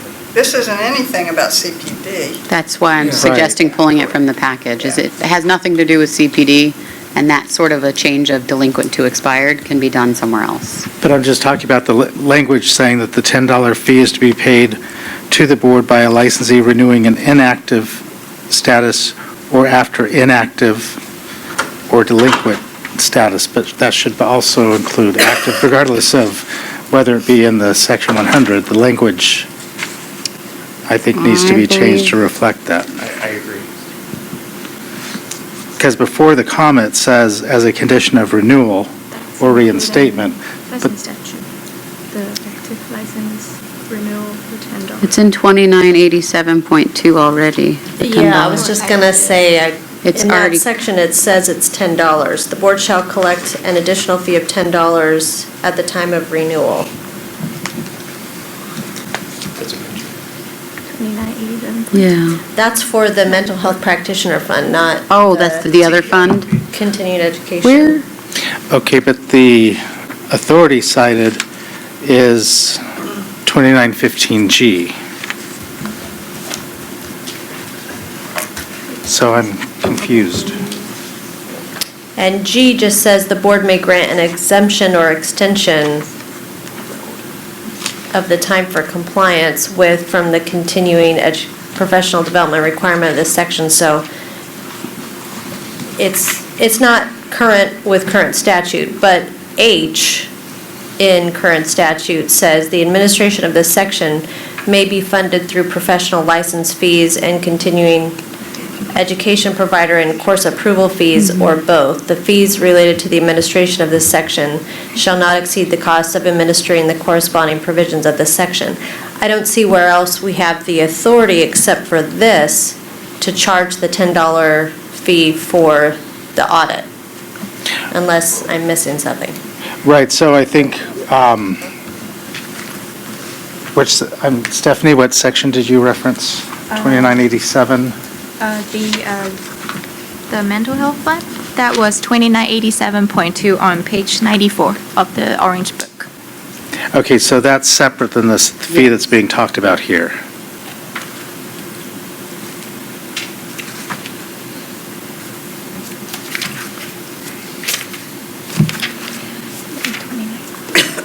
So this fee being talked about in the stricken 1397.69 is for the, basically supporting the CE audit and not the mental health fund. I'm not suggesting striking this section, I'm just, Then okay, we need to, it's not clear here.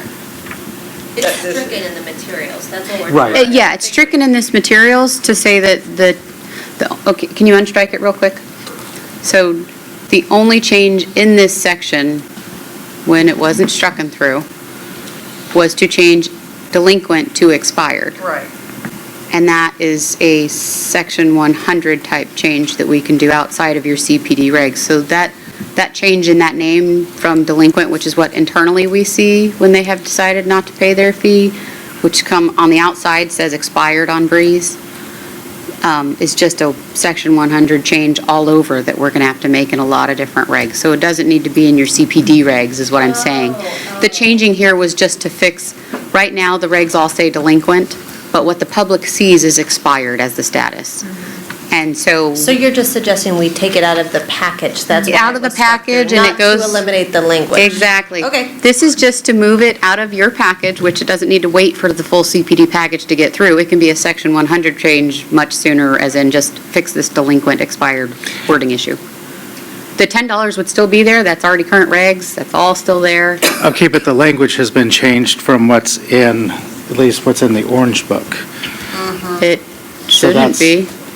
Because what it says in the orange book is, for the administration of this article, in addition to any other fees due the board as a condition of renewal or reinstatement, a $10 fee is to be paid to the board by a licensee renewing an active status or after inactive or delinquent status.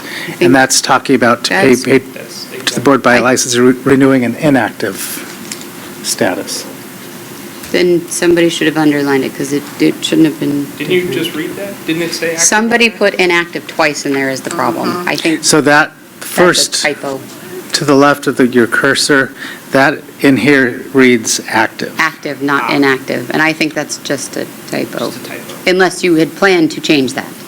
And it wouldn't make sense. Exactly. So I think To that's change it, that's a so- typo, and literally the only change that was intended for this section was delinquent to expired, which is why our staff's suggestion was to put this in a section 100 instead of your CPD regs. Okay, that makes sense. I thought the whole Sorry, yeah. thing was being amended No, and it no, wasn't. no. It was literally, let's pull this from this big package that's going to take so much longer to get through and put it in the section 100 Okay, with because it's a Just word. this I agree. Just so we don't forget, if we can just make sure that the citation is changed to H instead of G, because it's the wrong That's right. citation. Okay. Awesome. Did it. Okay, just make sure. Okay, so with that, I do agree with the section 100. It was just the other stuff I was saying I didn't think was a section 100, so I'm good now. Okay, Thank you.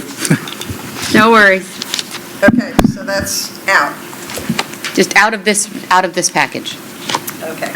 So Gone now but not we forgotten. There you go. are done with the last two sections, and I want to know if there's any public comment on these I last was two just going to sections that say we you just lost talked about. your one public. And seeing none, we have now completed our CPD. Oh, that's the one. Effective until then. It's a miracle. Encore. Please. No, never mind. Okay, so I think. On that, Really? Dr. Amos has a comment. I have a comment on that. Do you want to come forward? Oh, yes, come forward.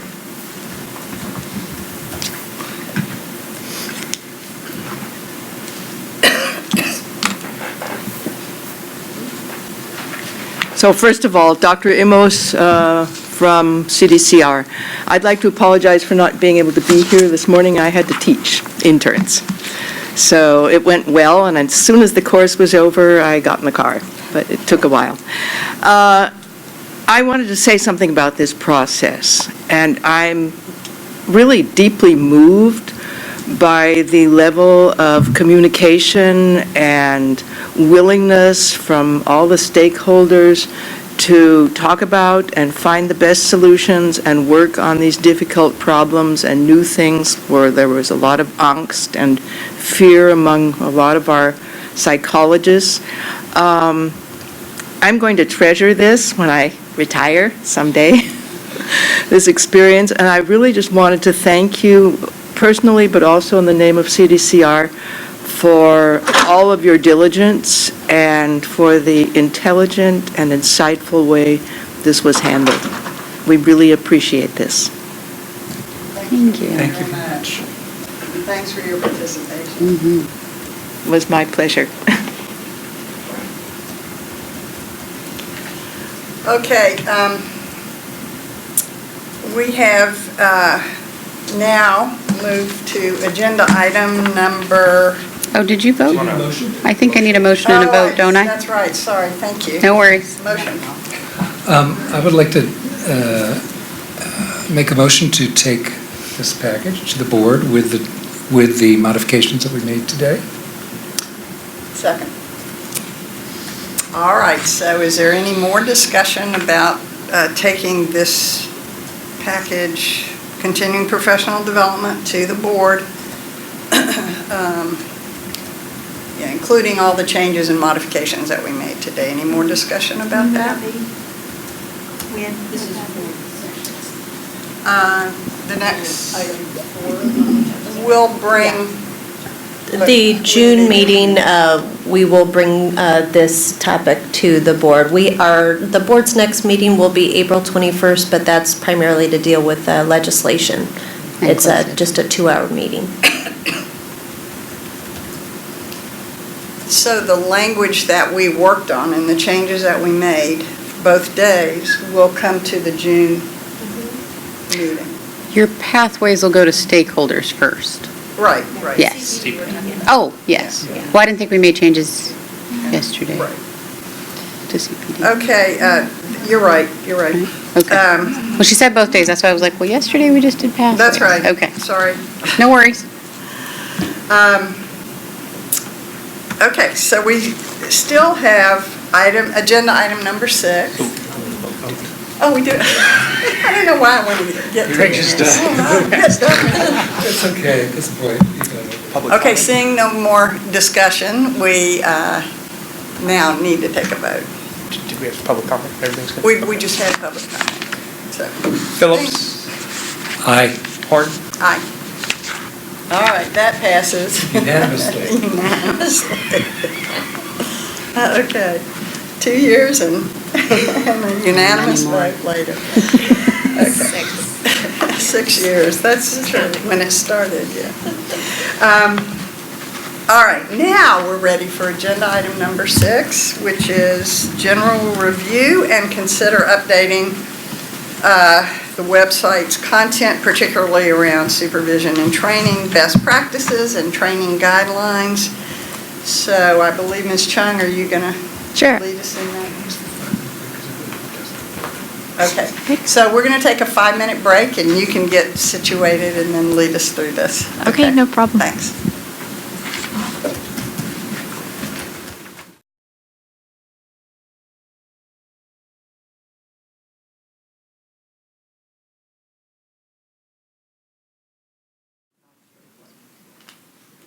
Let's come back in session. And again, we're at agenda item number 6. We want to review and consider updating certain aspects of the website's content. I'm going to turn it over to Ms. Chung, and you can let us know. Okay, thank you, Dr. Horn. So what the staff has would ask the committee to, is to review these 2 documents, the best practice supervised professional experience, as well as the training guidelines on our website, to see if these information are up to date, any changes that need to be made. So just for information, these 2 documents are provided along our other supervision and training information, such as the supervisor's checklist that we have devised earlier and approved by the board. So these information are side by side, so just for your information. So it would be great and very helpful if you could take a look at attachment A and B, and to see if any updates that the committee would like to make changes to these documents.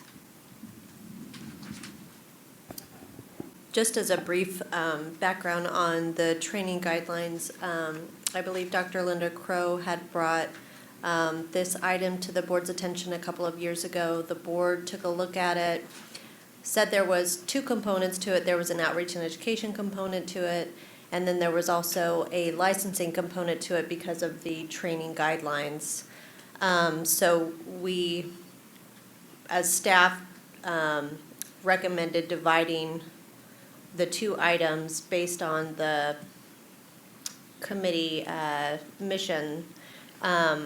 So that's why we're bringing the training guidelines to you all for consideration, and then the board would review that consideration. And then once new guidelines or amended guidelines were presented, if there was a change in law required, or if it was just a guideline issue, then we could volley it to the Outreach and Education Committee to then produce any requisite materials or postings to the website. I just wanted to put this in context for where this came from. Where do we want to start? With the training guidelines? Do we want to start with the best practices, supervision best practices? Okay. I read these last night again. I thought the best practices actually was a fairly great summary of a lot of supervision courses I've taken, particularly from Dr. Fallender. So I think they're kind of a great starting point for supervisors and for supervisees in terms of what to expect of the situation and what their respective roles are. So I didn't see any particular need for them to be changed. Was there an emergent problem that brought these back to our attention, or it's just a regular review? Just a regular review, since we're doing a regular review for our board's website, so we want to make sure that everything that we keep there is updated and is good. Mm-hmm. Yeah. Thank you. Yes. So I agree with you about the best practices. It's handy. It's written very clearly. It's a nice overview, things to think about for both sides of that relationship. So I think that's good. In terms of the training guidelines, Are you moving on? yeah. The only thing I might point. Well, I shouldn't move on because I haven't gotten public comment. So anyway, go ahead. It is just to clarify that it wouldn't be these guidelines or, that would be enforced if there's any Right. disciplinary action, right? Right. These are just Just guidelines. best practices.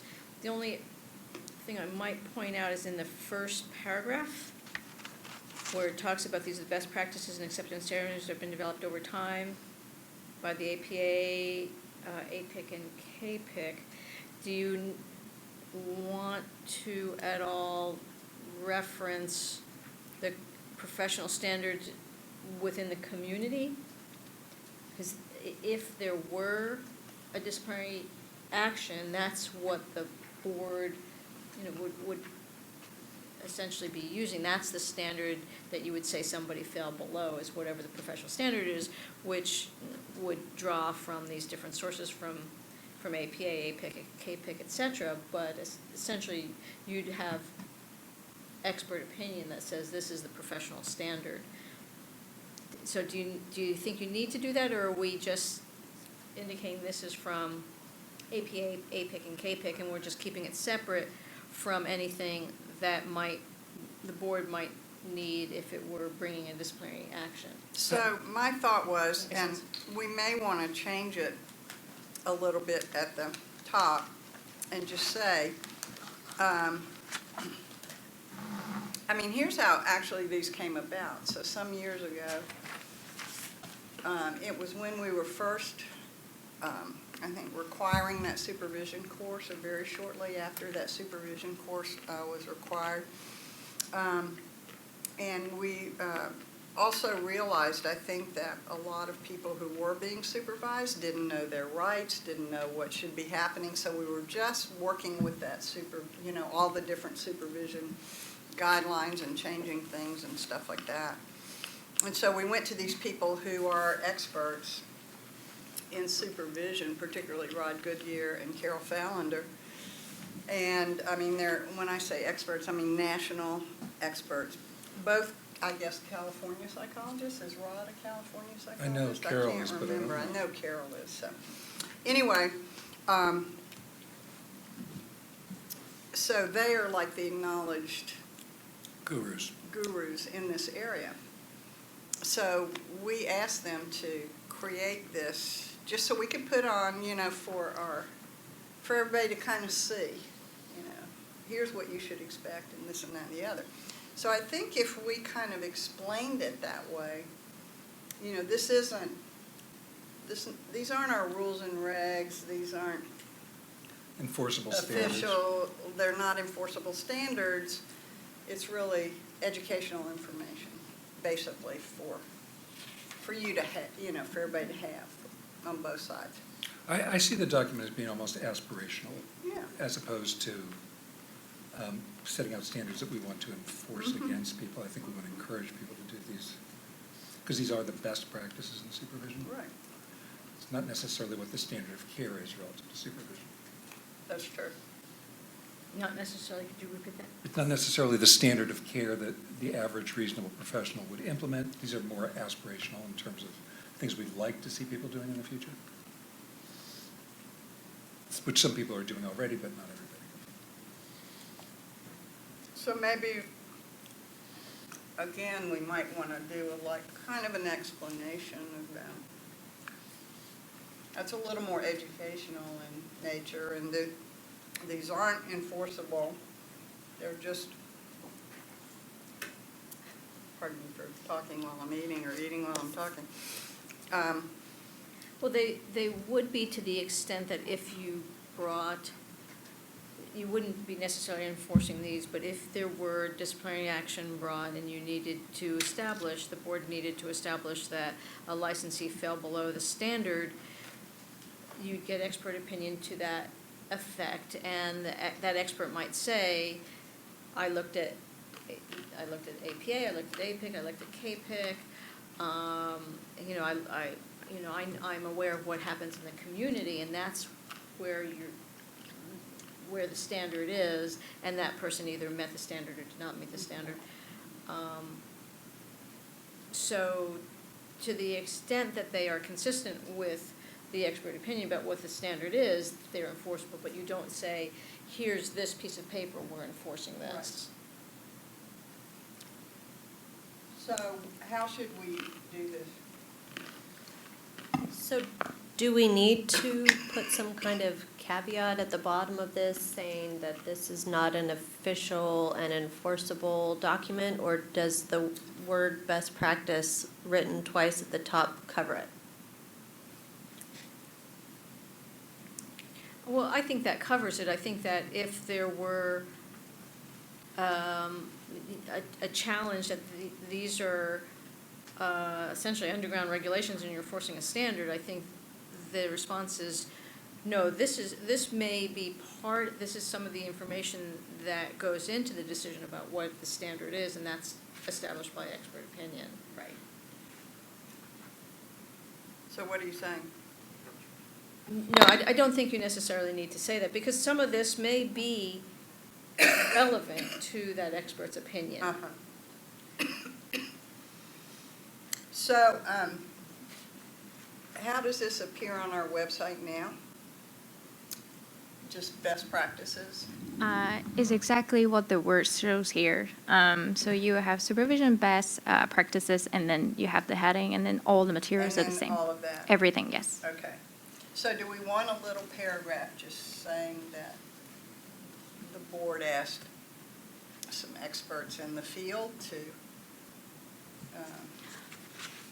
To opine on best Yeah. practices in the area of supervision?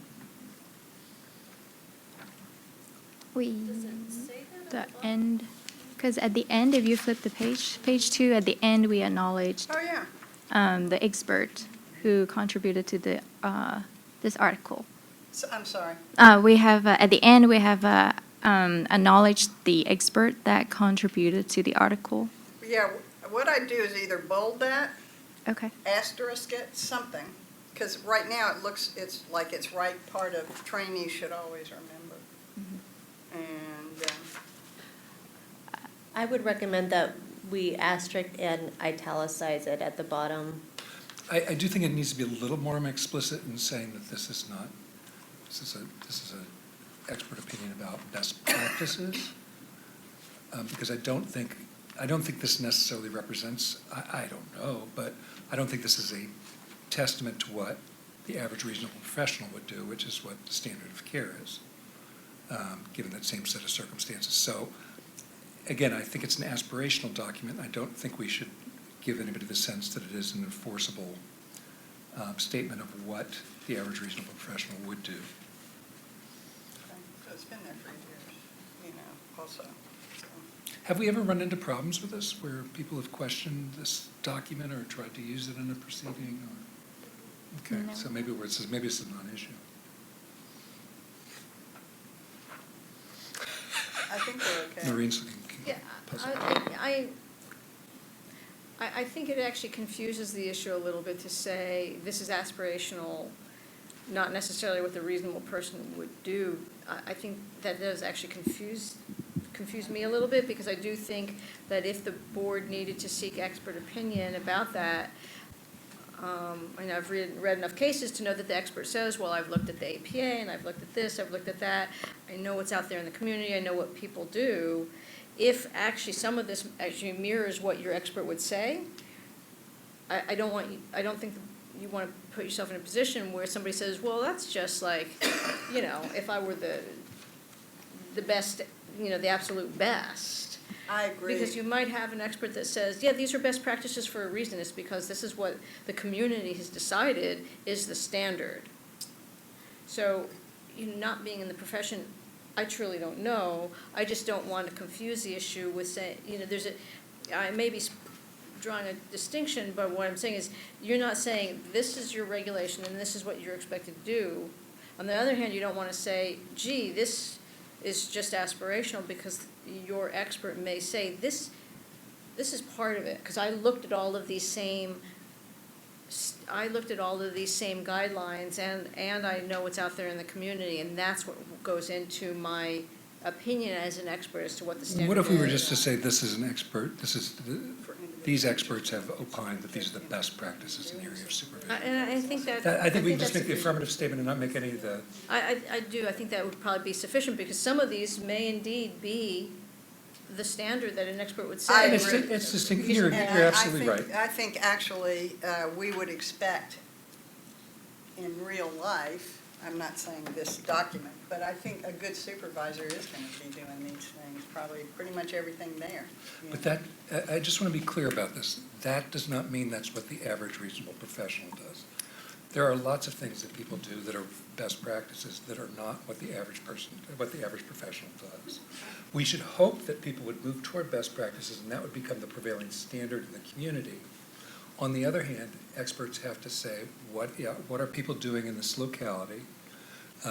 So I don't want us to conflate best practices and standard of care. They're related subjects. We hope that the standard of care moves toward best practices, but they're not exactly the same thing. Okay.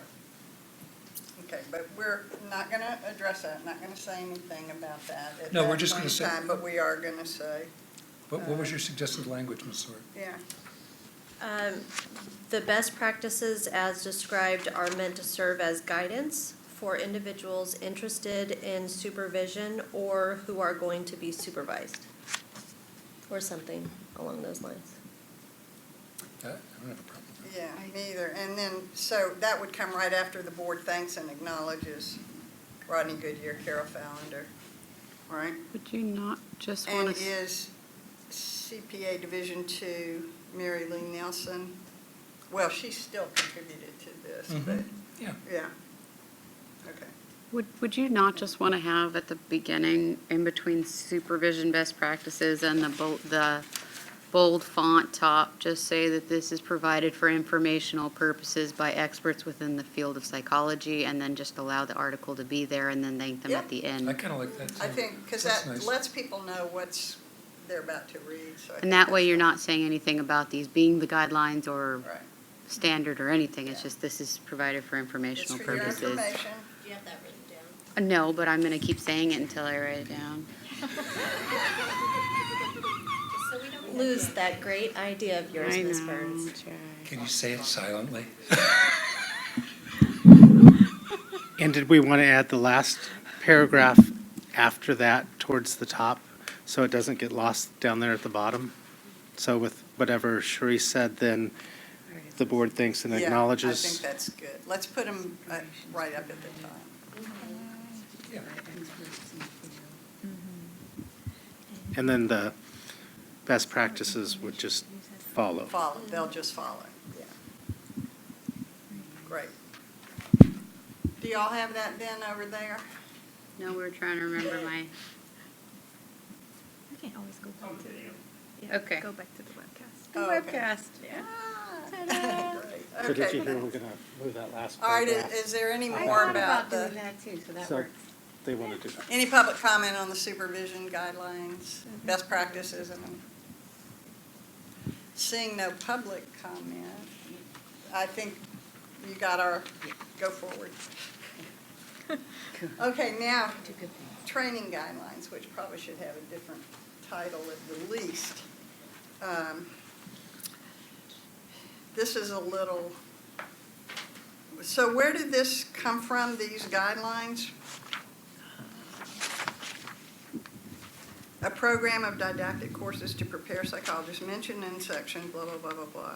Should be an organized program of instruction. It should have appropriate faculty and facilities, and it should include, at a minimum, one course from each of the following core content areas. Where did we get that, the core content areas? Is that what we're being told? This was from our statute 2914.3, where we lay out the requirements for this. Yeah, it's subsection B.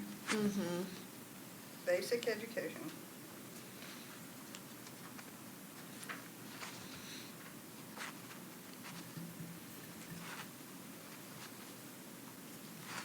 Okay, so this is really about the psychopharmacological piece, not about training guidelines or I mean, it is training guidelines, but this is specifically about what do psychologists need to know about psychopharmacological Correct. It's treatment. not what it requires for them to be specialists in psychopharmacology, which is a separate issue, but Correct. more what your level of, what the programs need to be providing in terms of psychopharmacology. Right.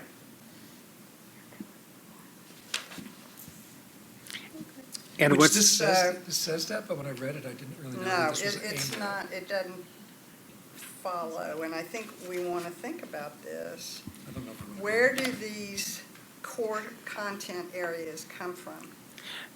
the language that you see here was developed by the board following the enactment of SB 983 in 1998. Okay. So that tasked the board with developing guidelines, and that was the resulting guidelines. That's what the board came up with, these 4 core content areas. Five. Right. 5, yeah. 5, 4, And- I don't And know, I self-directed. do not recall where they pulled those from, if it was just from kind of reading the, like, 1 through 11 there, and just kind of coming up with the core areas from there, or where they actually got it from. I don't recall that. Yeah, so this is for a whole curriculum. And, I mean, something like neurosciences, I mean, these are just, I don't even know who was doing it. And So- I actually think for what they're talking about, Mm-hmm. the curriculum areas are probably for graduate school, if that's what we're talking about, is graduate school. I don't know that anybody gets a course in physiology and pathophysiology. I mean, we got a course in brain and the central nervous system, but I didn't get a full course in physiology. I know, or physical and laboratory assessment. I mean, these aren't for psychologists, psychopharm. Were they conflating this with people that something. wanted to specialize in psychopharmacology? Like I said, I don't recall the exact conversation, or I might not even have been involved with that conversation. I just know that, that the board was tasked with developing guidelines, and this has been what's been on our website ever since. And it just obviously is time to review it and make sure that it is an accurate representation of what the board considers. Mr. Thomas, when this was developed, I think I remember you mentioning that in 2914.3A, we had talked about this before. How did the board encourage institutions to author these doctorate programs? And I think you mentioned that the board had sent out a letter saying that this legislation had passed and that the board encouraged offering these programs, and that was the outreach Right, from that and bill. to my recollection, there was, like, since the encouraged is not defined, it doesn't talk about frequency or one-time encouragement, but I know that we did send out letters to institutions, encouraging this information to meet that particular aspect of it. Which is more broadly about psychopharmacology, if I recall correctly. Right.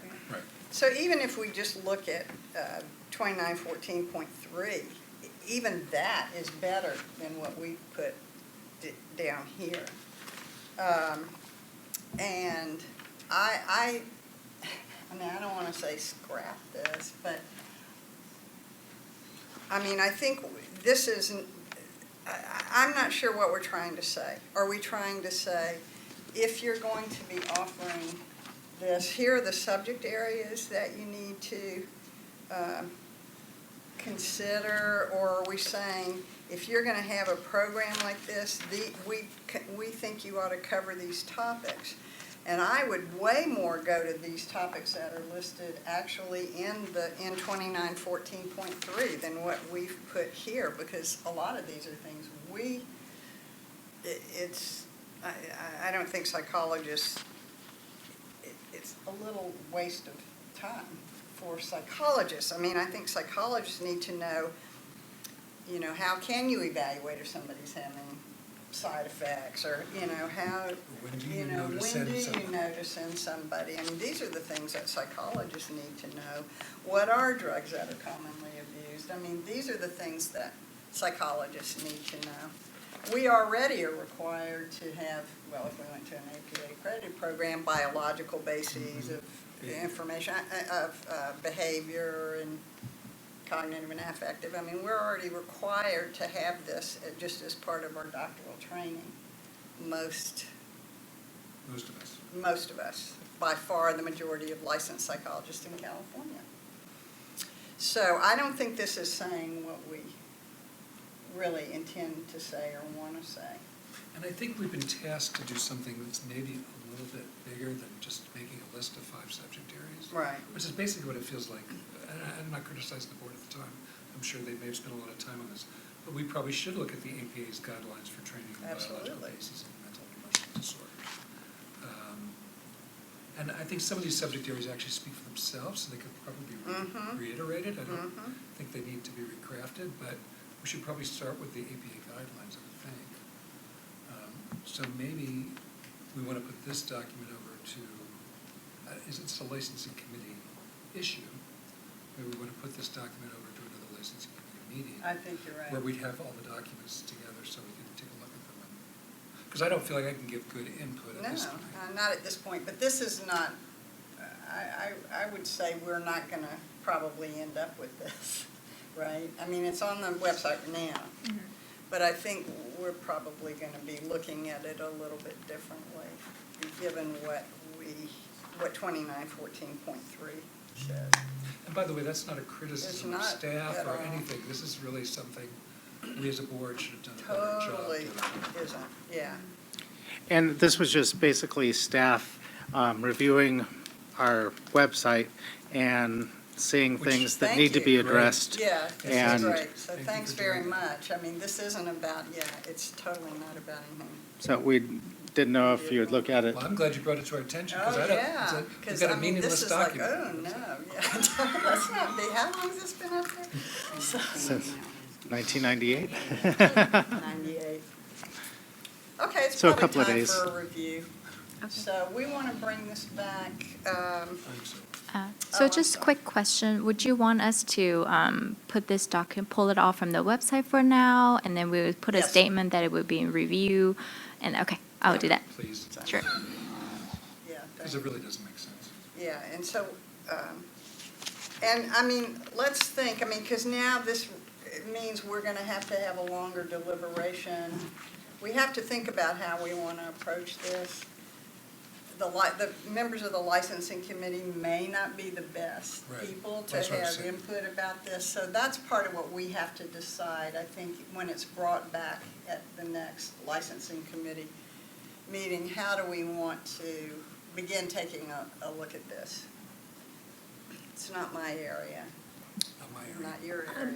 I'm wondering if it would, I'm not sure, I'm not sure if Dr. Linda Crow would be able to assist this, but I'm wondering if there are some experts in the field Oh, yeah. that might be able to participate in that conversation so that we have somebody that really can speak to these areas and to the knowledge areas for that. Right, absolutely. I think that's what we're going to have to use. I'm just trying to think in our, well, it won't be our June meeting, I guess, or, yeah, it could be our June meeting. No, because this is the agenda for our June meeting, so it would be the August meeting. August meeting is a stakeholder one-day meeting. It'd be your fall It's a licensing. It would be the fall talking about- licensing committee meeting. No, it could be the June meeting where it's just put on as an agenda item and the board then decides whether it goes to a particular committee, if you should have an ad hoc committee, something like that. Yeah, I think we have to make those decisions before we start getting You might input want to from have just all. a temporary subcommittee for purposes of doing this, and ask people like John Preston, who was on the board for a moment in time, but had to leave for personal reasons, whether he'd be willing to give his input. I know he's one of the bigger authorities on psychopharmacology in this state, and he's shown interest in the board before, so I think he might be a logical person to ask, but Yeah, but we're not there yet. Yeah, So, I'm just, okay, now I'm spitballing, yeah. so to speak. Okay, so, yeah, like rabbit or squirrel or whatever. Yeah, okay, I'll get there, thanks. Yeah, okay, I just want to, so really, I mean, we're not prepared yet. We don't know what we want to do. We just know that this is not adequate, and that's what we're going to say. We're going to be working on this, and now we got to figure out when we'll bring it back and how we'll work on it and what we want to do and all like that. That's really basically what we're going to say at our June meeting. Right? Okay. All right, now, so that's where we've come to. Is there any public comment on this, these training guidelines? Joe Linder Crow with the California Psychological Association. I do want to give you a little bit of context. I'm sorry I wasn't able to do it at the first of your conversation because in 1998, the California Psychological Association proposed a piece of legislation for a prescriptive authority for psychologists in the state of California, and that legislation was not successful. One of the outcomes of that was Senate Bill 983, which you have referenced in these training guidelines. And part of that, part of the reason for that is that psychologists, with the exception of the states where psychologists do have prescriptive authority, psychologists have the broadest scope of practice of any other jurisdiction in the United States. And part of what makes it a broad scope of practice is that it is within the scope of psychologists to discuss medication with their patients and also with physicians. And so the genesis of the renewed attention to this was because CPA has a division of clinical psychopharmacology. And the board of that division asked this board how, in fact, based on the fact that 2914.3 says that the board shall encourage institutions that offer a doctoral degree and shall develop guidelines for the basic education and training of psychologists whose practice includes patients with medical conditions and so forth. I'm sorry, I should have, I'm not prepared to tell you when that was, but it was maybe a year ago or so. So there was a letter that you received from our from our Division of Clinical Psychopharmacology, asking the board how the board was doing these two things, since it's in statute that you shall do it. That's one time when may wasn't used, it actually says shall. And that was the genesis of our bringing that to the board's attention. And then the aftermath of that was that the staff was going to look at, and the board was going to look at, how indeed the Board of Psychology was doing what is required of the board in statute. So that's why this came up again. I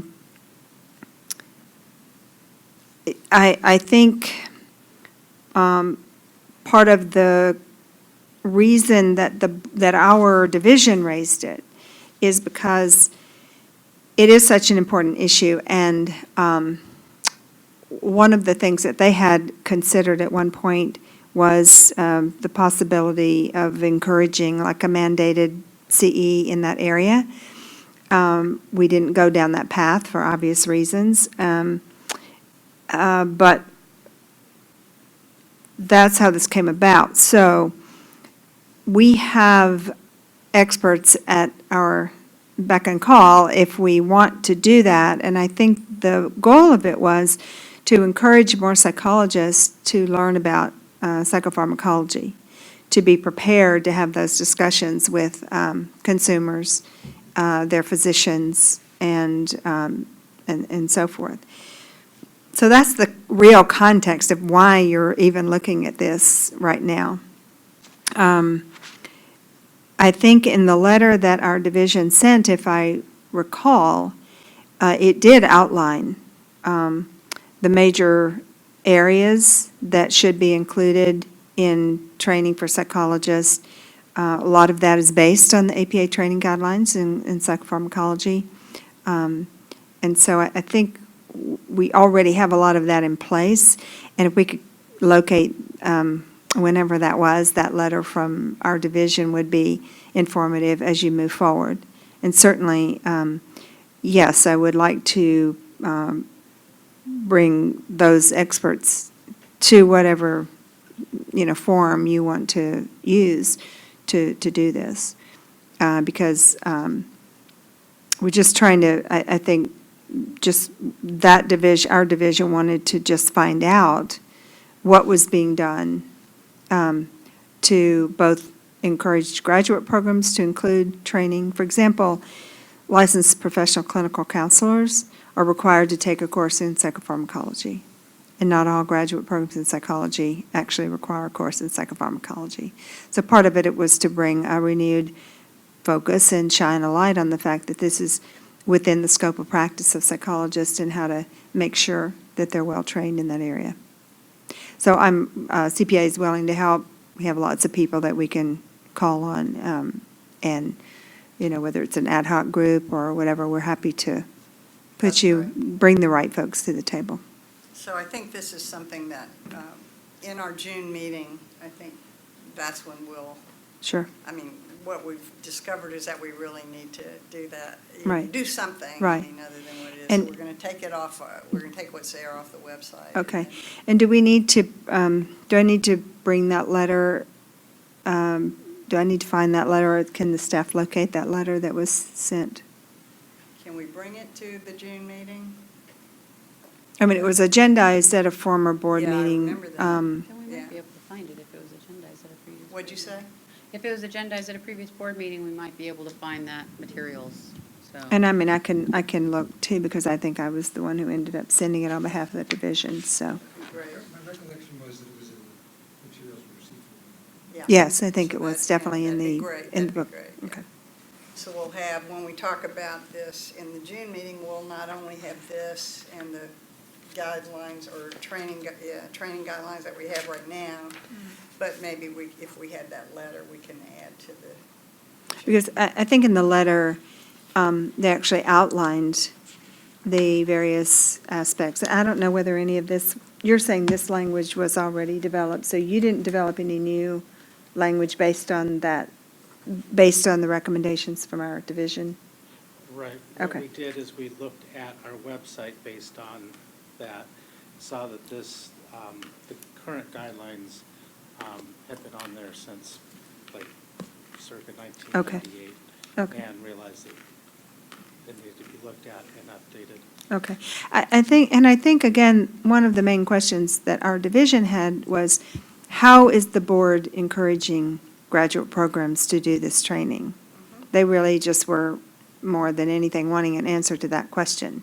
I think what we were told at the time was, well, we have this on our website, which, it might or might not encourage graduate programs. So that was part of the reasoning, was to see how assertive, I suppose, the Board of Psychology was being in encouraging graduate programs to train psychologists in this area, so that they could practice to the fullest extent of their scope. Yeah. Things on our website. And I think, as I mentioned earlier, Mr. Thomas had mentioned we had sent out the original letter to the institutions, and then in response to the letter, staff did write an article in our journal encouraging folks to take courses. When was that?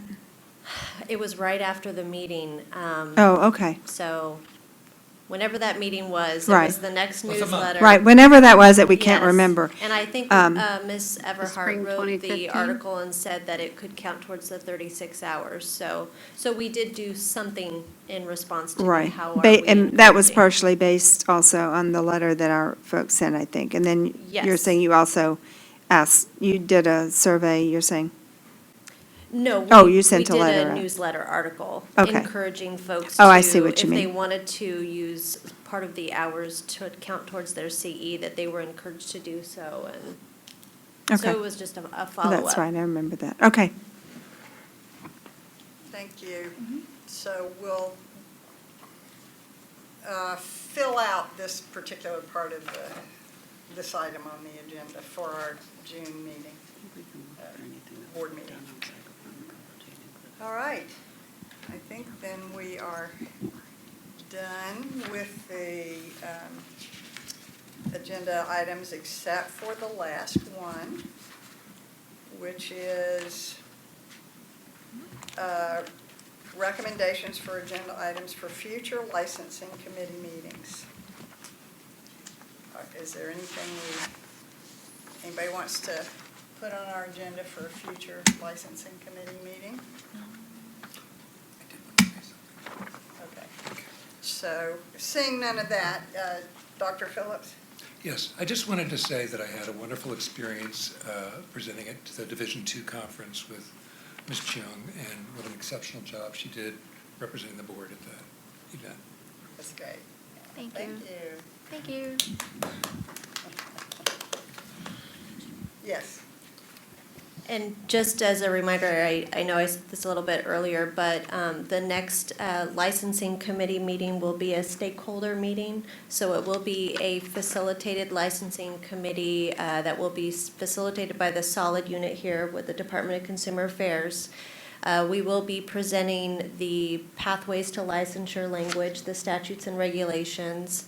It will be a full-day meeting facilitated to get some feedback from stakeholders on the language that the committee came up with today. There will be a follow-up stakeholder meeting in Southern California on August 22nd. And then that feedback and those recommendations will be brought back to the licensing committee at a fall meeting, which I believe is September something. Looking at Ms. Chung. We haven't have a set date for that meeting, but we're kind of shooting in that time frame. What are the dates for the two stakeholder meetings? Y'all had given us 2 days in a row and never told us which. The first one in May will be May 4th, and that will be the Northern California, which is in Sacramento, May 4th. May 4th, yes.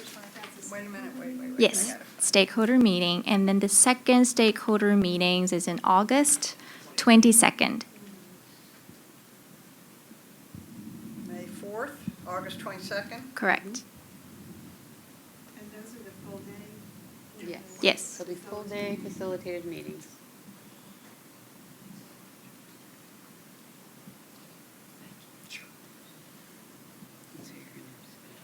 Okay, great. So are you saying that all we're going to do on May 4th and on August 22nd is stakeholders who won't conduct any other licensing committee business?